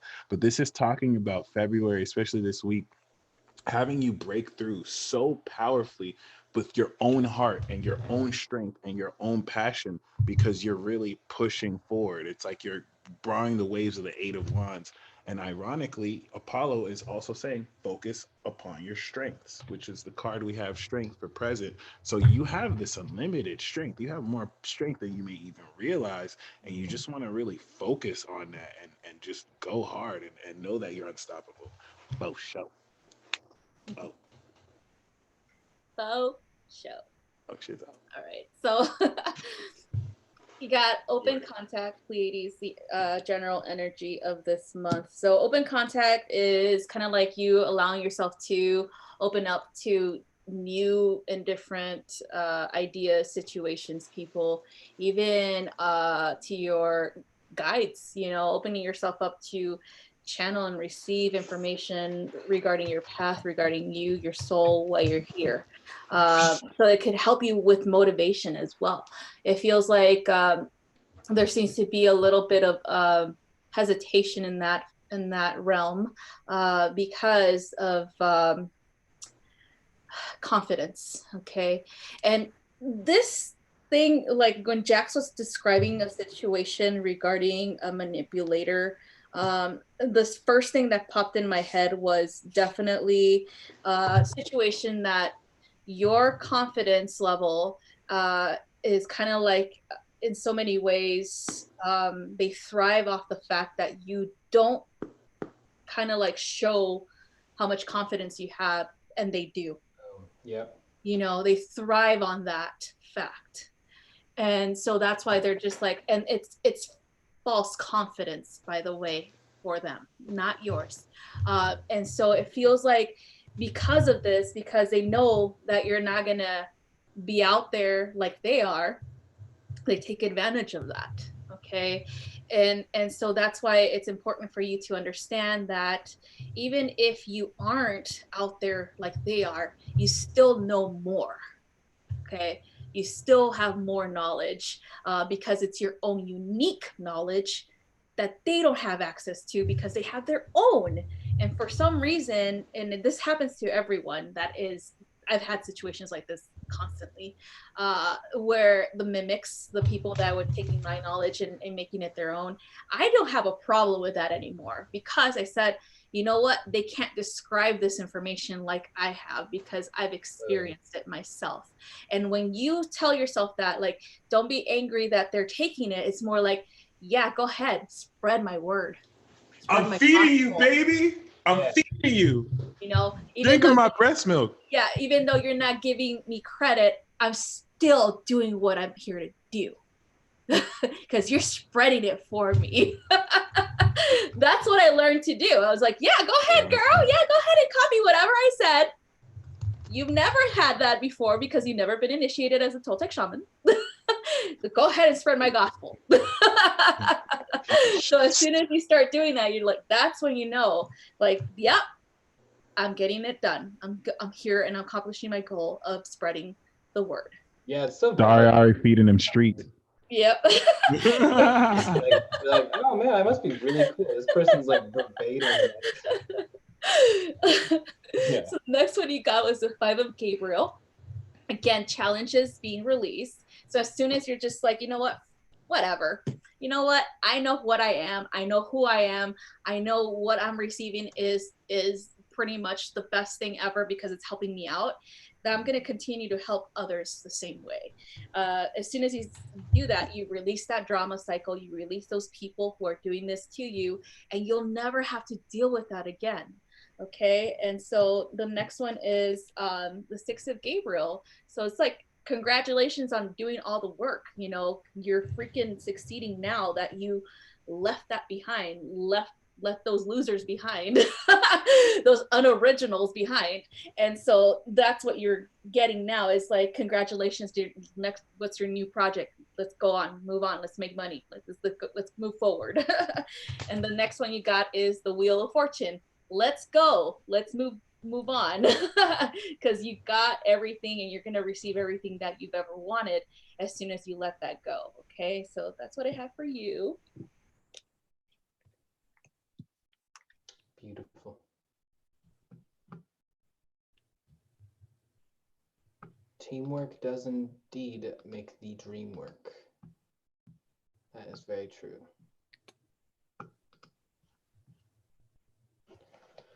So yeah. Beautiful. Are we clear? Looks like we have done the impossible. Woo! All right, y'all. In a row. That Thank is you. actually a new record. How many? We did 400. Oh my God. Oh my God. Well, thank you guys so much for tuning in. We are going to end this here. Once again, hit up Ari if you're interested in the retreat. I mean, you like us already here. Why not see us in person once in a lifetime opportunity. Sarah, I know, Sarah Correa, I know you came to my door. You can come to this retreat and see all three of us instead if you if you about it. But other than that, Lisa, Sarah, thank you. Lisa Gale, thank you. Michael, it's going to be in Big Bear, Cali. Hit up her website. Lissy, you know what's up.